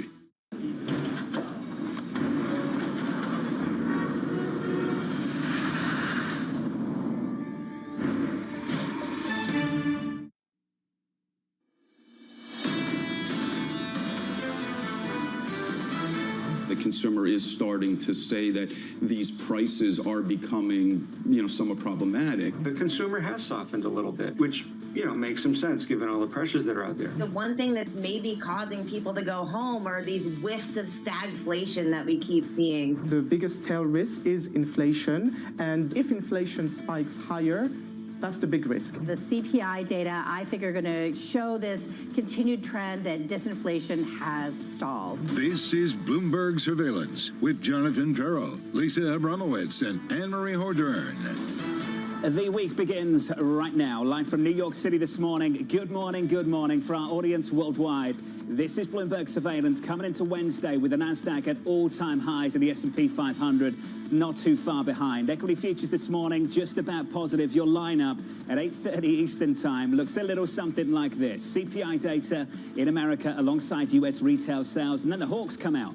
Neil Kashkari, Mickey Bowman, with a lot to say, Lisa, I'm sure, about this inflation backdrop. And if this Fed official and Fed Chair Powell really want to give some sort of hawkish message, this market is not listening. This is a market that wants to rally on a disinflationary pivot, regardless of the data that it gets. Even though you had Fed Chair Powell yesterday come out and say he is less confident in the disinflation narrative, still we're seeing near all-time highs and a massive rally in bonds. There seems to be some confidence on Wall Street. The consensus is absolutely overwhelming. I was going through the estimates this morning. 68 estimates go into the Bloomberg survey. 63 of them have put down 0.3% for core CPI. The consensus is there for all to see. It is there for all to see, Jonathan, but then we also have retail sales, which a lot of people are saying actually might be more important, because if we get 3 point whatever it is on CPI, the Fed needs to see consistency in that data, months of that. But retail sales, potentially, if they come in softer, and we have seen consumer sentiment starting to drift lower, if retail sales come in softer, potentially that is one piece of data that shows maybe at some point the Fed will be ready to make that cut. I'm pleased you brought that up because we've had some contradictory signals for the US consumer. I was catching up with Brian Moynihan a little bit earlier this week over at Bank of America. His view's pretty clear. Consumer still looks pretty resilient. If you look at the balances of some of the consumers in America, still pretty high, particularly relative to the 2019 average. You listen to how the consumer feels, and it sounds pretty dreadful. So which one is it? We're talking about the consumer as though it's a monolith. I think that Bank of America had a average FICO score on its credit card portfolio of something like north of 700. So this isn't exactly the average consumer. It raises a question, which consumer are we talking about? Is it the lower income, or is it just sort of some of the people who have savings and have the ability to spend? Right now, it is clear people are feeling inflation, but on the other hand, you're still seeing sales come in strong in a lot of different places. Retail, a massive focus this week. Live from New York, welcome to the program. If you are just joining us, let's kick it off with a price action. The scores on the S&P 500 shaping up as follows. On the S&P, we are just about positive. Yields are a little bit lower. We're down 2 basis points of 4.4179 on a 10-year. In foreign exchange, just reclaiming 108 on a euro, 108.28. We're positive there by 0.1%. Coming up in the next 60 minutes, we'll catch up with George Concalves of MUFG as investors await the latest CPI print. We'll speak to John Lieber of Eurasia Group on new tariffs against China and Virginie Masseneuve of Allianz on the global equity market outlook. We begin with our top story. Global stocks rallying as investors await CPI and retail sales data at 8:30 Eastern Time. George Concalves of MUFG saying this: we think there is a risk of seeing a rounded up 0.3 core reading, which would be music to the ears of most market participants. Yet, as with all releases, watch the details. George joins us now to talk about the details. George, what detail, what element of this print are you focused on? Look, so we had a lot of one-off factors in Q1, as you know, and good morning. I mean, look, there's a big debate on Wall Street, and look at the price action. As you kind of recapped that at the start, the market's pretty confident. The market's both the rates market as well as equity markets are confident this number is going to be either in line or maybe softer. And if we get a softer number, as I kind of quoted there, yeah, we would probably see a market that would keep running here, especially like rates. Rates feel like they want to rally, and I think it comes down to really owner's equivalent rent. We've had two issues, right? We had a really strong jobs market, or at least the headlines seem very strong. In the last reading, we got a weaker print, and then now we have Wall Street kind of considering maybe the jobs market is not as strong under the surface. What if you get the same sort of outcome with inflation? Q1 was a one-off, and if we get this April reading coming in softer, led by what's been the biggest lagging factor, which has been owner's equivalent rent, if that really comes in, that could really help out the inflation readings. George, let's stick on CPI then and the market reaction to it and build on what you just said. I think we're all familiar with how we'll respond to a downside surprise. I think less familiar with how we'll respond to an upside surprise more recently because of the Fed's reluctance to hike. If you'd asked me that question a few months ago, I would have told you what markets are going to do. Then everyone started talking about asymmetric risk. What are your thoughts on that today, George? Are we reaching the limits of taking comfort in the Fed's reluctance to hike? Would we just look at this as bad news at 8:30 if we get another upside surprise? Look, it depends on the upside surprise and the magnitude and the composition, as you know. The market is in, as I said, very confident going into this number. If we get any sort of deviation to the upside, I don't think it brings back the idea of hiking, but it takes off the cuts, it pushes them back further. And again, we have the 10-year under like 450. It can quickly go back above 450, and the 2-year really, that's the one to watch. You can get a move towards 5%. Remember, the last few big upside surprises, we've seen like 15, 20 basis points move on a day. So rates can get really volatile today if we get an upside surprise. If we get a downside surprise, George, but we also get a significant downside surprise in the retail sales, how do markets respond given the fact that on the edges there are some people who are worried that maybe, and I'm sorry to do this, bad news is bad news? I mean, I think I agree with that, but you can easily get spun around too because both numbers come out at the same time as 8:30, as you know. So this could be very tricky navigating the back and forth between how good or bad inflation was and is retail sales really kind of coming under pressure here. You can get the opposite, right? You can get retail sales, depending on the way the readings come through, maybe just kind of a in line or maybe better number and inflation weaker. So I think we're going to have to just kind of judge it at 8:30. We've been talking about how there has been this pivot party. It was put on pause for a hot second, and then it came back as people saw that Jay Powell really did seem to want to cut and take rate hikes off the table. It seems like Powell's trying to push back a little bit, saying that it's going to take them a lot longer to feel confident, saying that they have been surprised by how hot the data has come in for the first quarter of this year. They've been disappointed. Do you think he can't put this genie back in the bottle? That basically this market's moved on, they've heard the dovishness, and they're not going to go back? I mean, they've managed to do that a number of times, and as you mentioned at the beginning, there are hawkish speakers later on in the day. So if we get a market that overreacts to an a softer inflation reading, I'm sure the various Fed speakers will try to at least kind of instill the idea that they're not rushing to cut. But yes, I do think that the genie's out of the bottle, and you've done it twice. You've done it in December, and they got the market excited. Then you did it again in May, and you also adjusted QT. Therefore, I mean, the market's looking for any sort of signs of economic weakness to justify earlier cuts. George, you're also looking into the weaker expected jobs report. You see some cracks in the labor market. Can you walk us through what you're seeing? I mean, I think it's a whole host of features. I mean, it's just the early warning signals around like, temp workers, part-time workers versus full-time workers. I mean, there's a whole litany of, sort of kind of cracks that are there. if you start looking at the actual annual growth rates of full-time, part-time, the multiple job holders, I mean, there's a reason why the consumer, sentiment keeps coming in weaker with stocks at the highs and apparently unemployment rate low. I mean, the consumer is feeling pressure both from inflation, the lack of wage, kind of increases, and worried about the jobs outlook. And I think that is starting to kind of resonate. And I think that we're seeing layoffs too, right? I mean, actual physical layoffs. So I do think the cracks are there. And this is why I've been more of a dovish leaning that the Fed should be prophylactic and get ahead of the curve and start to actually cut. I mean, I'm probably one of the standouts with like a July cut, but I think a lot can change in the next 2 months. You're certainly not on the same page as Governor Mickey Bowman over at the Federal Reserve, who has no cuts for 2024. And let's be clear, she's not alone. Lisa was catching up with Torsten Slok of Apollo recently. He's got the same call. This consumer story, George, is really interesting. From the equity market's perspective, it's a big conversation, whether you want staples or discretionary. Can you run us through the bond market call now? What exactly are you and the team advocating for? Yeah, look, so we like buying dips in the front end. The front end makes a lot of sense. However, if we were to get a more protracted weakness on the economic data, we got to be careful about bull flatteners into the summer. Of course, we have an election cycle still ahead of us. There's a lot that the markets are going to contemplate. And I think that, the consumer is the key focus here. Lisa mentioned that this kind of idea, we can't think about it as a monolithic entity. I mean, the U.S. consumer, in many ways, to me, reminds me of emerging markets. And this is going to sound strange by saying so, but the U.S. consumer will shop until it drops. It'll spend, it'll go on credit. But once it loses access to credit and liquidity, it's the same thing like an emerging market having a sudden stop of capital inflow. The consumer will just grind to a halt, and that can easily happen over the summer. That's going to really trouble the Fed. George, some of the moves at the front end of the curve have had an EM-like feel to it as well. It's only a month ago that we had a hot CPI print and a double-digit move on a 2-year yield. We were higher by the end of that session by more than 20 basis points and threatening to break 5% all over again. Do you think that kind of price action is in the rearview mirror? No, I think that rate volatility will be with us until the Fed actually makes a decision on when they're going to start to normalize. And that's the whole idea of like starting early, being preventative, own the narrative on the rate cuts and say it's normalization. The further control you have about that, and the more you deny and you push it back, you're just going to have to do bigger cuts later on. Which raises this question of how much higher the chances of a hard landing are, or a harder landing. Something akin to a true recession is the longer that the Fed sticks with holding things higher for longer. How are you gaming that out?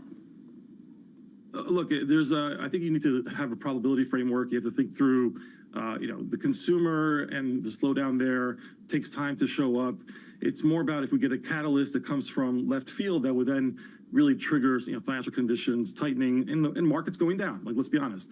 So I think that the natural kind of econ 101 grinding lower, consumer has floating rate risk in auto loans and credit cards and other loans. And again, this compositional issue is really important. Those that are really paying these high interests probably don't own homes and don't have really a linkage back to financial wealth. So I do think that the consumer's under pressure. That's a really slow kind of burning economic drag.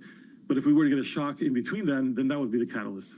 George, before we let you go, yesterday, John, when he sat down with David Sullivan, or 2 days ago, of Goldman Sachs, he talked a lot about the deficit. We're hearing from Jamie Dimon, very worried about the deficit. I hosted a panel on the deficit, and people tried to figure out how much to worry about that. How do you think about that in terms of when it becomes a market event, given the fact that right now the dynamics all have to do with the things we're talking about, which is CPI, which is growth? Look, and as we've seen supersized treasury auctions. They create their own demand, they create their own liquidity, but the more we do this and the more we increase our deficits and our debt, it starts to crowd out credit. And this is why that's really where it matters most. And at some point, we'll force the banks to start buying treasuries again. And that's something that I think we should avoid and really go back to more kind of credit creation at the private sector level. George, let's just get to that just quickly. Is there any sign of that happening? Crowding out credit, given the amount of supply we've had so far this year and the amount of demand that's met it? Well, look, on the IG and then on the capital market side, no. I mean, there's obviously that has its own sort of buyer base as well, and so and there's been a high focus on credit in general. But it's just this kind of constant. You keep doing it over time, it starts to compete, and I think that's where we're getting at. And it doesn't require, by the way, super high rates. It just means that there's a lot more treasuries that have to be taken down relative to other bonds. George, thank you, sir. George Goncalves there of MUFG, looking ahead to that data later this morning. About 2 hours and 15 minutes away. US CPI and US retail sales, and now every single time we talk about the deficit, I think of one man. Steve Eisman sitting here just last week saying, oi, the deficit. Yeah. The oi, the deficit people have been saying the same thing for the best part of 40 years. It hasn't become a market event, and if you're early, you're wrong, and that's basically what he's been saying. So I did this panel on this, and honestly, it was fascinating because people in the government were saying this is a huge problem. Look at these projections. They're going to the moon, and it is on paper. But if you look forward, what's going to actually trigger it? Michael Feroli of JP Morgan said something fascinating. So the biggest problem is the size of the Treasury market is getting too big for primary dealers, and that he's concerned about something breaking or primary dealers not being able to absorb some of the flow. These are the ways people are looking at it, but otherwise, it's not really showing up. Much more to come on that story. Equity futures just about unchanged on the S&P 500. With an update on stories elsewhere this morning, here is your Bloomberg Brief with Danny Berger. Hey, Danny. Hey, John. China is considering buying unsold homes to support its troubled property market. That, according to people familiar. The State Council is currently seeking feedback on the plan. It would involve state-owned enterprises buying homes at steep discounts, using loans from state banks and turning them into affordable housing. OpenAI's co-founder and chief scientist Ilya Sutskever is leaving the company. Sutskever was a key figure in the brief ouster of CEO Sam Altman last year. He'll be replaced by the company's research director. In a post on X, Sutskever called the trajectory of OpenAI miraculous and said he was confident that it will build technology that is, quote, both safe and beneficial under current leadership. Secretary of State Antony Blinken has received mixed reviews for a one-song gig in a Ukrainian bar. Blinken is visiting the country to reaffirm America's support for Ukraine as it demands more weapons to repel intensified Russian offensive. So here is the U.S. Secretary of State and his guitar. The United States is with you. So much of the world is with you. And they're fighting, not just for free Ukraine, but for the free world. And the free world is with you too. So maybe we can try something? Yeah, sure. I don't know if we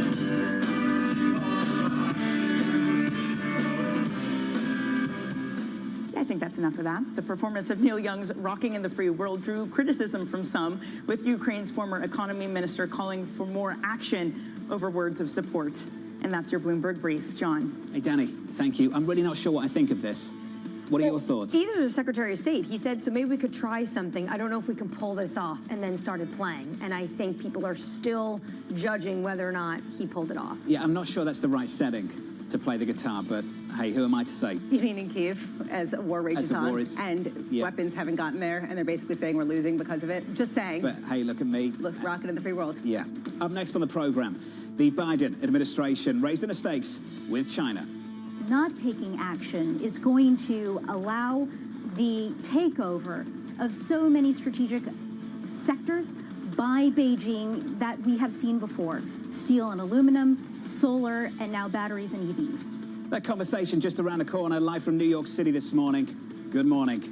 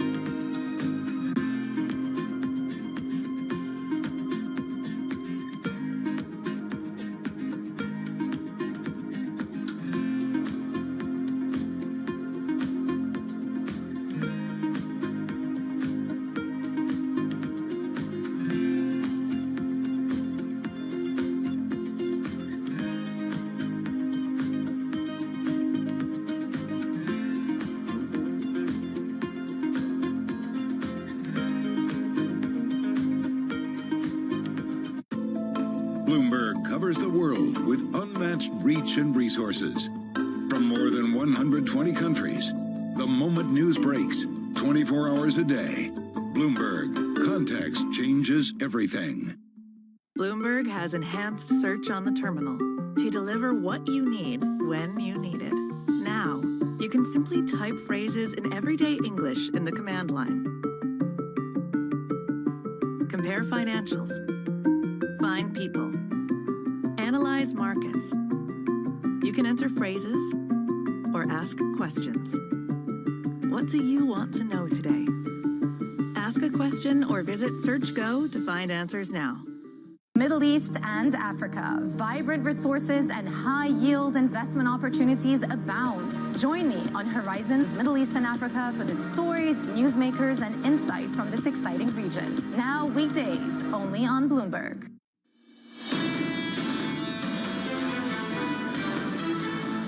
Equity futures just about unchanged on the S&P 500, 2 hours away from the big economic data of this morning and arguably of the week. Equity futures going nowhere. Yields are lower by 2 basis points on a 10-year, 4.4179. Under surveillance this morning, the Biden administration raising the stakes with China.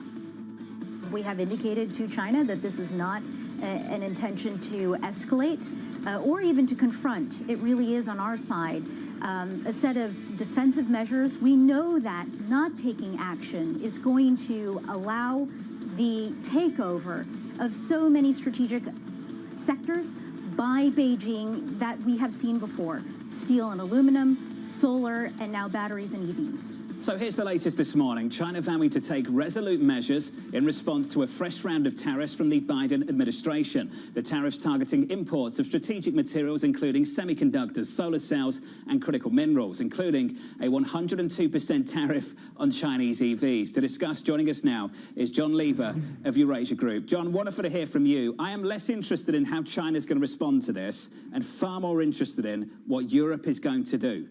Is Europe going to have to eat all this overcapacity coming out of China, given America's putting up the walls to it? They will until they have time to put up a tariff regime of their own. I mean, the European strategy seems like it's more about partnering with Chinese companies to encourage domestic development in Europe of these Chinese producers. They've been far more open to Chinese electric vehicles on their roads than the Americans have. And it looks like their long-term strategy is to try to help build that manufacturing base the way the Japanese automakers and the German automakers have inside the United States. But in the meantime, this is a big market opportunity for China to get in there because they're not getting into the American market anytime soon.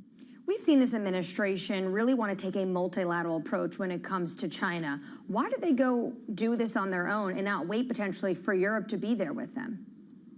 Well, I think that raises the question if this is actually about Chinese overcapacity and about Chinese industrial development, or if it's about the United States' ongoing both national security concerns and, of course, the election, which is looming large over all these decisions.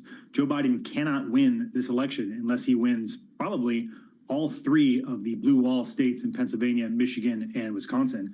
And these EV tariffs get right at the heart of that auto production sector. And if there's any doubt this is actually about the election, look at the way that they delayed the effect of these tariffs until after 2025, suggesting they know there's going to be some inflationary impulse, but what they're worried about is more about this China narrative that's been stoked by Donald Trump than they are about the inflation. John, when Trump did this, Biden criticized him, saying tariffs are inflationary. Anyone that took Eco 101 knows that. Then we had Ambassador Tai yesterday. She was asked about this, and she said that link in terms of tariffs to prices largely debunked. What does this administration do? Do you have a clear answer from them? Because I certainly do not, if they believe tariffs are inflationary. Well, I mean, this is a relatively small number, right? So I think that's a big part of this. I think it's also the delay until after the election. But the fact is, it's hard to see how these don't end up increasing prices in some of the sectors that they've been targeting. One of the ones I think is most interesting is solar cells, where the United States has really struggled to develop its own domestic solar manufacturing sector and is very reliant on imports, and particularly imports from China, to deploy the magnitude and levels of solar that the Biden administration wants to get out there. And of course, this runs entirely contrary to that and is going to make it harder to deploy these solar cells in the United States. So they seem to be willing to take that hit on. They seem to think the threat from China is real, and this is either in the long-term interest of the United States or their own short-term political interest. John, I want to pick up on what basically you said, which is this isn't necessarily going to be so inflationary because I believe one report said it's $18 billion of goods. That's nothing in the scheme of trade relations and the U.S. economy. It's more maybe signal than noise. Do you have a sense of what comes next, of what this is a predecessor to in terms of Joe Biden's policies and additional tariffs that could be levied? I think the thing to watch next is Mexico, because if this really is about getting Chinese goods out of the U.S. supply chain, China's made big investments in Mexico over the last several years. Mexico obviously has a free trade agreement with the United States, so a lot of those goods can sneak into the American supply chain through Mexico. And both Donald Trump on the campaign trail and Catherine Tai yesterday at the White House called out Mexico as the next place where they're going to be looking to get Chinese goods out of the supply chain. So I think that's a potential threat. Trump tried using tariffs on Mexico to that effect. And I think that's something that the Biden administration is looking at very closely right now. John, with all of your experience in Washington, D.C., I'm wondering if this is what you think is the correct approach, given the fact that it certainly seems like China is ramping up the tension, ramping up the pressure. Vladimir Putin over in China, visiting with Xi Jinping, reiterating some of the no-limits type of friendship that they've been engaged in.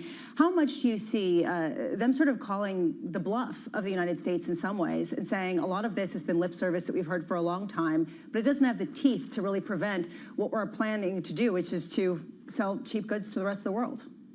Yeah, forced goods decoupling with China is probably an unrealistic goal. I mean, China has taken over the manufacturing supply chain of just so many industries over the last 30 years with the help of U.S. technology and U.S. investment. And it seems very unlikely that the U.S. is going to be able to unwind that, or that the U.S. would want to unwind that, given what it would do to consumers and prices. Now, that said, these are critical sectors the U.S. wants to be a leader in the future, and it's very difficult for the U.S. to compete with the level of subsidies and the overcapacity that exists in China. So directly confronting them through tariffs is probably not the best way. The U.S. used to do this through engagement with China by bringing them into the WTO. Obviously, that didn't work very well, and this is going to be a major long-term challenge for whoever the next president of the United States is to figure out how to both balance America's domestic development needs with this both national security and economic competition with China. John, do you think we're at the start of a new trade war with China? I think we've been in a trade war with China for 30 years. I mean, I think it started when China took an opportunity to take American dollars and finance our deficits and send us cheap goods. And the U.S. started to respond. The U.S. attitude towards that trade war started to shift in 2016 with Donald Trump's presidency. And now there's clearly a bipartisan consensus that it's going to escalate probably over the next 5 to 10 years. Hey, John, thank you. This story's going away no time soon. John Lieber there of Eurasia Group, breaking down the latest efforts coming out of the United States. Good politics. This has nothing to do with economics and everything to do with November. You come out with a number like 100. Isn't that just to remove this as an election issue through the rest of the summer? Well, the interesting thing about 100 was 100 on what? There's not a single Chinese EV right now in the United States. So Precisely. It's symbolic. But what the administration will tell you is that they're looking out and potentially wanting to make sure that the walls are up so that they cannot get here, making it even that much harder. What are the Europeans going to do with this? They're just going to sit there and take it? I mean, just take all the imports, allow the factories to be built on the continent? It's a great question. We heard Emmanuel Macron welcome in Xi Jinping, and we saw everybody else kissing the ring. So here's a question. How much do they build walls, and how much do you start to get divergent policies, depending on whether you're Germany or whether you're France? Fascinating. Much more on this story a little bit later. Up next on the programme, we'll catch up with Virginie Masseneuve of Allianz Global Investors, counting you down to key data 2 hours away. It is CPI Wednesday in America, live from New York City. This is Bloomberg.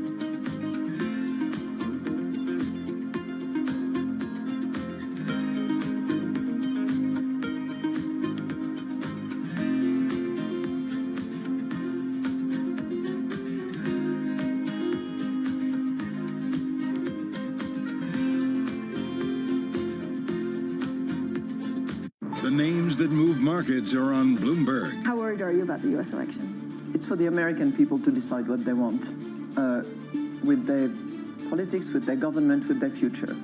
But obviously, we are all concerned about it because the United States is the largest economy, the largest defense country in the world, and has been a beacon of democracy with all its upside and downside. We cannot interfere with their choice. It's their choice, and that's the beauty of democracy. But we have to be extremely attentive and anticipate, just as we do with inflation. You know, we do scenarios. What if, what if, what if? Then what do we do? Where I sit now in Frankfurt, head of the ECB, I think that we have to be strong as Europeans and not assume that we can rely on whoever our friends are around the world, because these things change over the course of time, as we have seen. Bloomberg. Context changes everything. From the world of politics to the world of business. Every weekday on Bloomberg TV and radio, hosts Joe Matthew and Keely Lines deliver news, insight, and analysis from and about politics' biggest power players. The president has been clear that is non-negotiable. I mean, this is going to be an ugly, ugly year. Balance of Power, live around the world every weekday, only on Bloomberg Television and Radio. Context changes everything.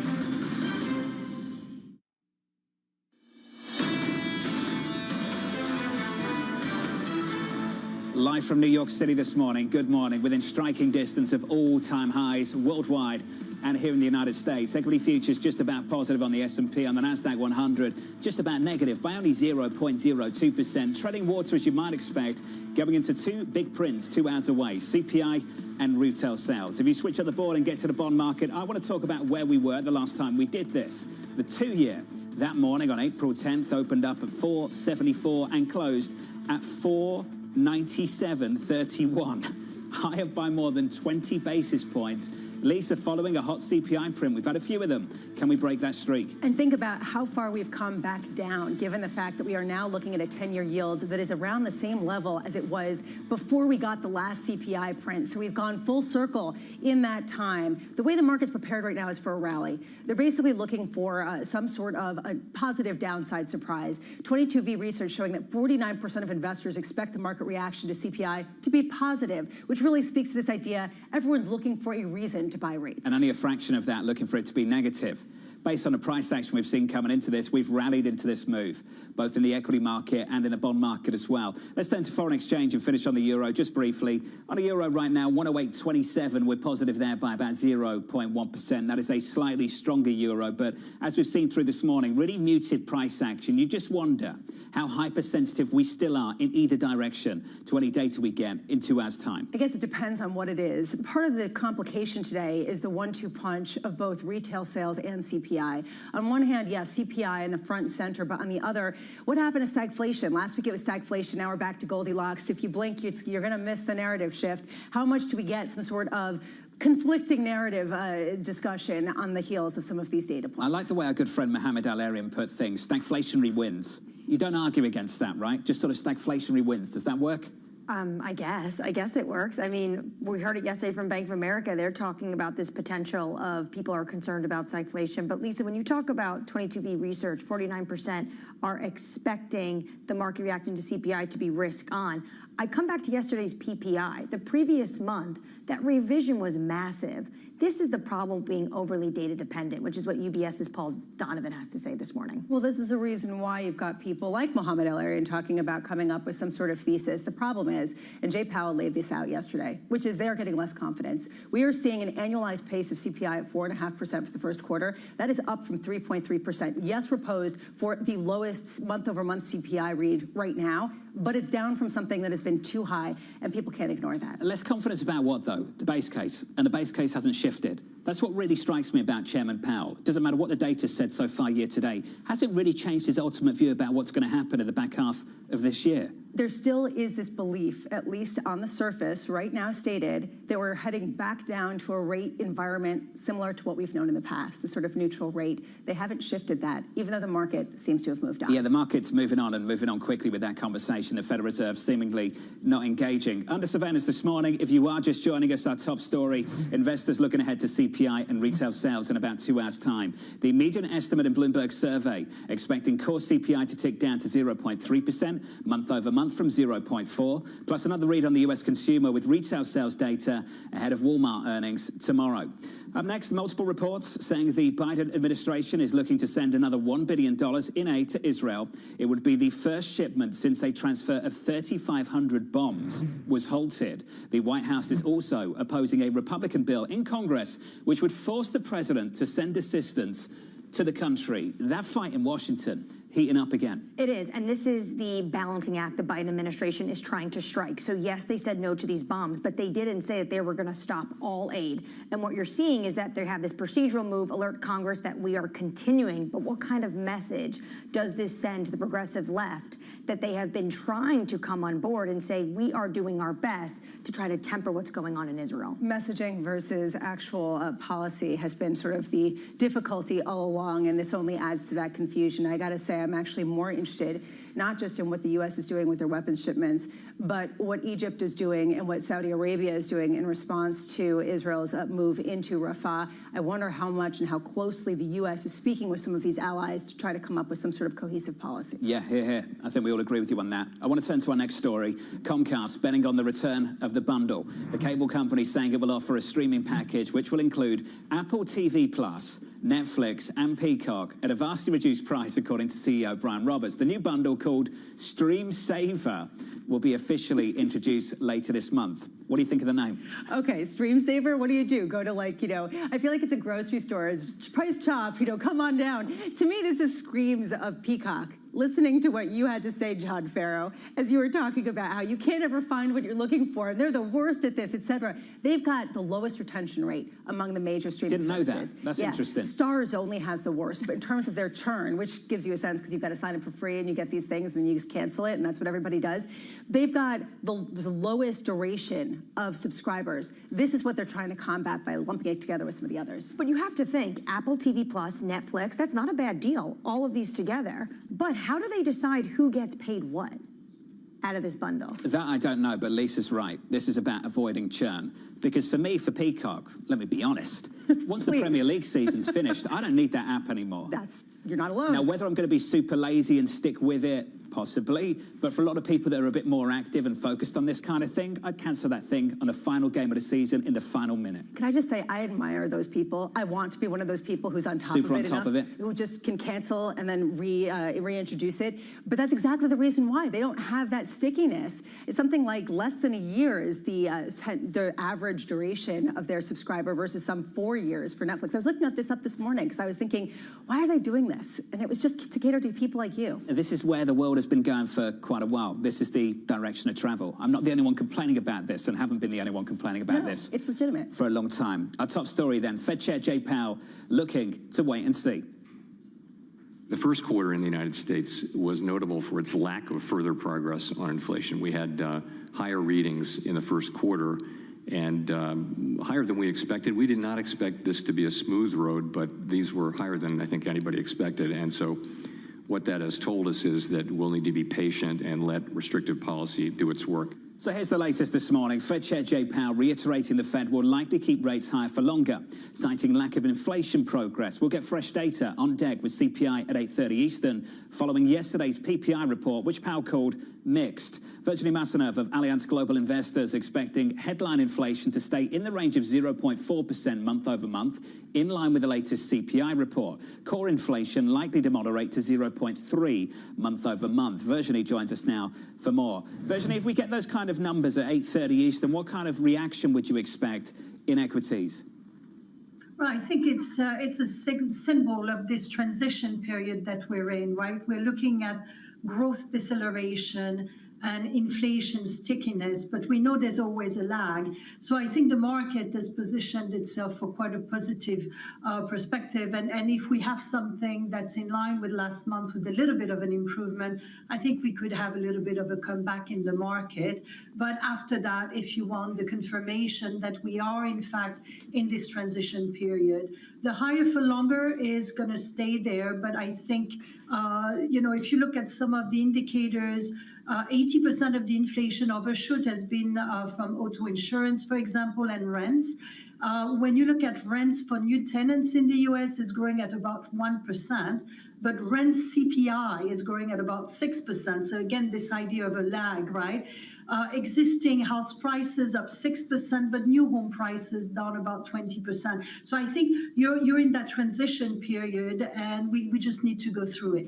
Virginie, CPI is the main event. That's what a lot of people are focused on today. And yet, as Anne-Marie alluded to earlier, some people are more focused on retail sales. How much more important to you as an equity-focused investor are retail sales to gauge the exceptionalism of the United States versus an inflation story that's difficult to really get a handle on with any precision? Yeah, exactly. So, from an equity perspective, if you look at it from a bottom-up angle, inflation is still important because it carries some level of pricing power or some level of cost increases, right, depending on where it hits. So it is something that you want to have in mind, particularly with the impact it has on rates, because obviously rates, particularly if you go look at the growth style, long duration stocks, will be impacted by that. The retail side clearly is a bit different. It's more stock related. And if you look at how the US economy is dominated by consumption, understanding this lag and this relative deceleration, as we talked about just a minute ago, between growth and inflation is very important in terms of pricing power for the consumer, but also to understand if companies have basically ridden the revenue growth, but we see margins and profit growth are not following, and therefore could be at a turning point. So we've been talking about how certainly the bond market's positioned for a rally. Are you looking for a buying spot with respect to equities on the heels of something that really just comes in line, both with respect to CPI and retail sales? Yeah, so from a bottom-up perspective, whatever dislocation we might have or not, it's all about price relative to our expectations of growth and valuation potential. There's always opportunities. What is a bit interesting is that clearly the US has done very, very well, but I am noticing really some factors for Europe at this point. For the first time, we've had growth in Europe after 5 quarters of stagnation, especially in Portugal and Spain, more modest in France and Germany. We are seeing rate cuts coming. Valuation is very cheap. I think it's about 20% cheaper on a sector-adjusted basis than the US. When you have global PMIs moving differently than US PMI generally, that favors Europe. And of course, the demand aspect to the lending condition is quite important, because we have to remember that 70% of financing in Europe is done via bank lending versus 30% in the US. So I think there's a position in general to be underweight Europe, and I think it might be an opportunity to add to that area. When you're looking at Europe and you're looking at the international space, how concerned are you about what you saw yesterday out of the United States and potentially more of a tit for tat between Washington and Beijing, and how investors might get, in the middle of those crossfires? Yeah, that's really interesting. So let's put things in perspective, right? Two major items. One, we're only talking about 18 billion worth of goods versus, a much larger amount, 427, I think, imported from China in 23 from the US. So it's very small. Really, the only impact, so I think there's definitely a political move here. The only impact is on the lithium battery, which is 20% of total export for China, and of course 72% as a percentage, much higher percentage for the US. But at the same time, if you look at the export of China to the US in battery, about 400 million versus 7.5 billion equivalent for Europe. So it's still very small. So you have that political move, and of course, Biden has never taken out the tariffs that Trump has put in. But I think what's really interesting is how do we think of the world decarbonizing in the face of very steep, climate issues without China? We have to remember that China has built a lot of this capacity because as the largest emitter, it wanted to contribute, right, of course, at a profit, but to that solution. And if you look at the EV, if you look at solar, etc., so, what do we do without a China? Are we going to delay dealing with climate for trade reasons? It's going to be a really interesting, discussion. And of course, the key here for China is what does Europe do? Well, so if you want exposure, though, to that trade, then does that mean buy Europe? Because that's where all these Chinese goods are ending up. Yes, and Europe is a leader in electrification and decarbonization, et cetera, absolutely. But the key thing is, will Europe follow the US in terms of tariffs? That would have a big impact. I think depending on the election in the US, it is, particularly for Germany, important to keep that link with China from an economic standpoint. Let's just be clear here, Virginie. What happens to domestic sales of Mercedes-Benz to BMW if they don't put up the walls in the way the Americans have just done in the last 24 hours? Yeah, you've put your finger on it. Clearly, very large employer in Europe in the auto industry. Definitely a topic of discussion. So you have that employment, if you want, aspect versus the long-term aspiration of decarbonization. And so I believe that ultimately what we'll have is some level of collaboration that needs to take place, to combine both, right? And an evolution as well of the auto companies in Europe. You've got to pick your priority in Europe right now. We'll find out which one it is. Virginie, thank you. Virginie Massenov there of Allianz. Is it about addressing climate change, big focus for the Europeans, or is it about keeping people employed at German companies? This has been one of the criticisms levied at President Biden, basically that he's got to pick one. Taking a step back, this has been the criticism levied at Germany and Chancellor Merkel for a long time with respect to Russian oil. There has been so much discussion, and frankly, I wonder how much the public rhetoric versus the private rhetoric of BMW and some of the others really does conflict. But when you take a look at the overproduction in China, they could potentially supply 20% of the cars in this world if they start to export what they have available. This is not something that could be tenable for some of these auto manufacturers. It's massive, but the BMW chairman recently came out and he said, well, actually, we might end up hurting ourselves. We shouldn't be so afraid here in Europe.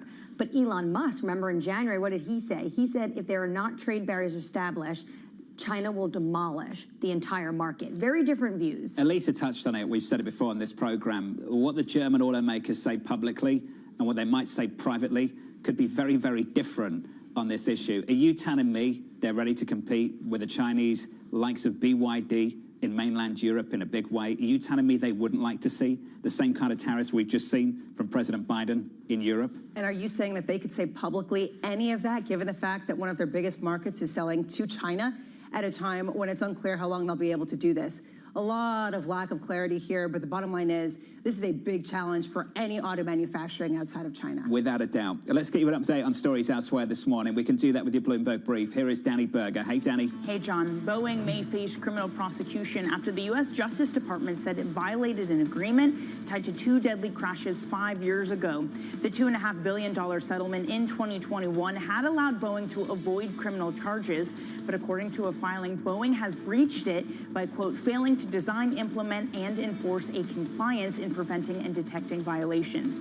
Now Boeing has 4 weeks to respond before next steps are decided. London may finally get its first sizable IPO since February. PC maker Raspberry Pi says it's considering an IPO in the city. The company didn't disclose how much it plans to raise, but it's seeking a valuation of about $630 million. Raspberry Pi had first considered a listing in 2022, but according to reports, it has since raised funds from the likes of ARM and Sony's semiconductor unit. And Caitlin Clark's WNBA debut got off to a tough start. She finished her first game with 20 points, but that wasn't enough for the Indiana Fever to beat the Connecticut Sun in their opener of the season, rather. Clark shook off some early nerves, missing her first 4 shots and going scoreless for almost the first 15 minutes of the game. Her home debut is tomorrow when the Fever host the New York Liberty. And that's your brief, John. Very cool. Danny, thanks for the update. We'll catch up with Danny again in about 30 minutes' time. Coming up on this programme, we'll take you live to the Qatar Economic Forum in Doha for a discussion between Bloomberg Editor-in-Chief John Micklethwaite alongside Nir Bardea of Bridgewater and Dina Powell-McCormick of BDT and MSD Partners. That conversation is just around the corner.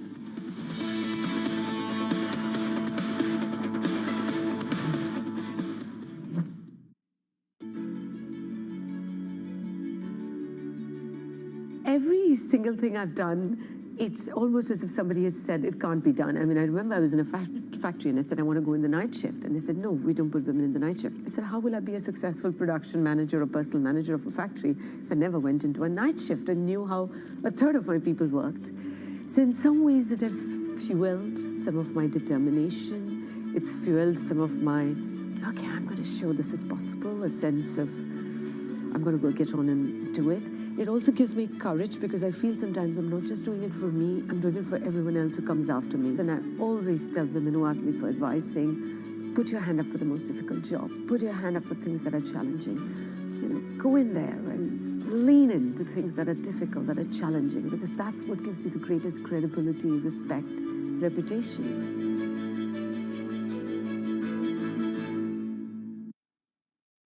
Welcome to the world of decentralized finance. With the surge in Bitcoin, you have crypto stocks also surging. Bloomberg's covering all things crypto, the people, This is a political attack, and we must hold our elected officials accountable. the transactions, Really a record-breaking moment. Bitcoin is the exit strategy. and the technology. Awareness is going to grow, and these things grow the overall industry. Crypto as an asset class is here to stay. Bloomberg Crypto, only on Bloomberg.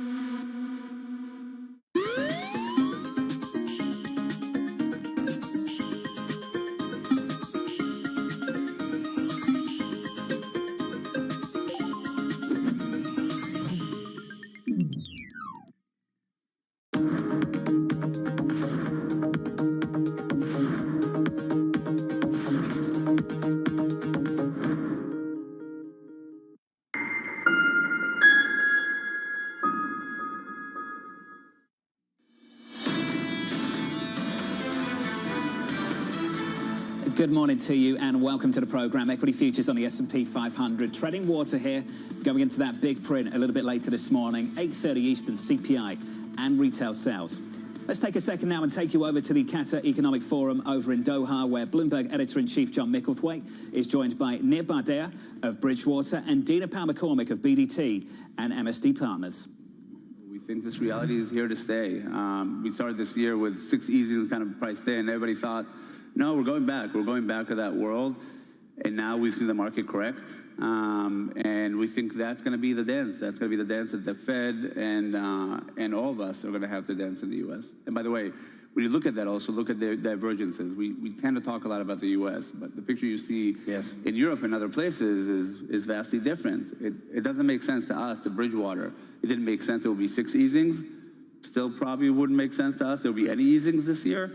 But you look at Europe, you look at what Switzerland just did, different picture, and you see divergences in the world that are also interesting for investors who are looking for opportunities about how to deploy their capital. Just quickly on that, do you, when you look at Europe, I mean, again, having just come from seeing Macron on Monday, his whole pitch is that Europe is sclerotic. It is not, it needs to reform itself dramatically. And I looked at the numbers, even France, which has done quite well since he became president, has grown half as fast as America.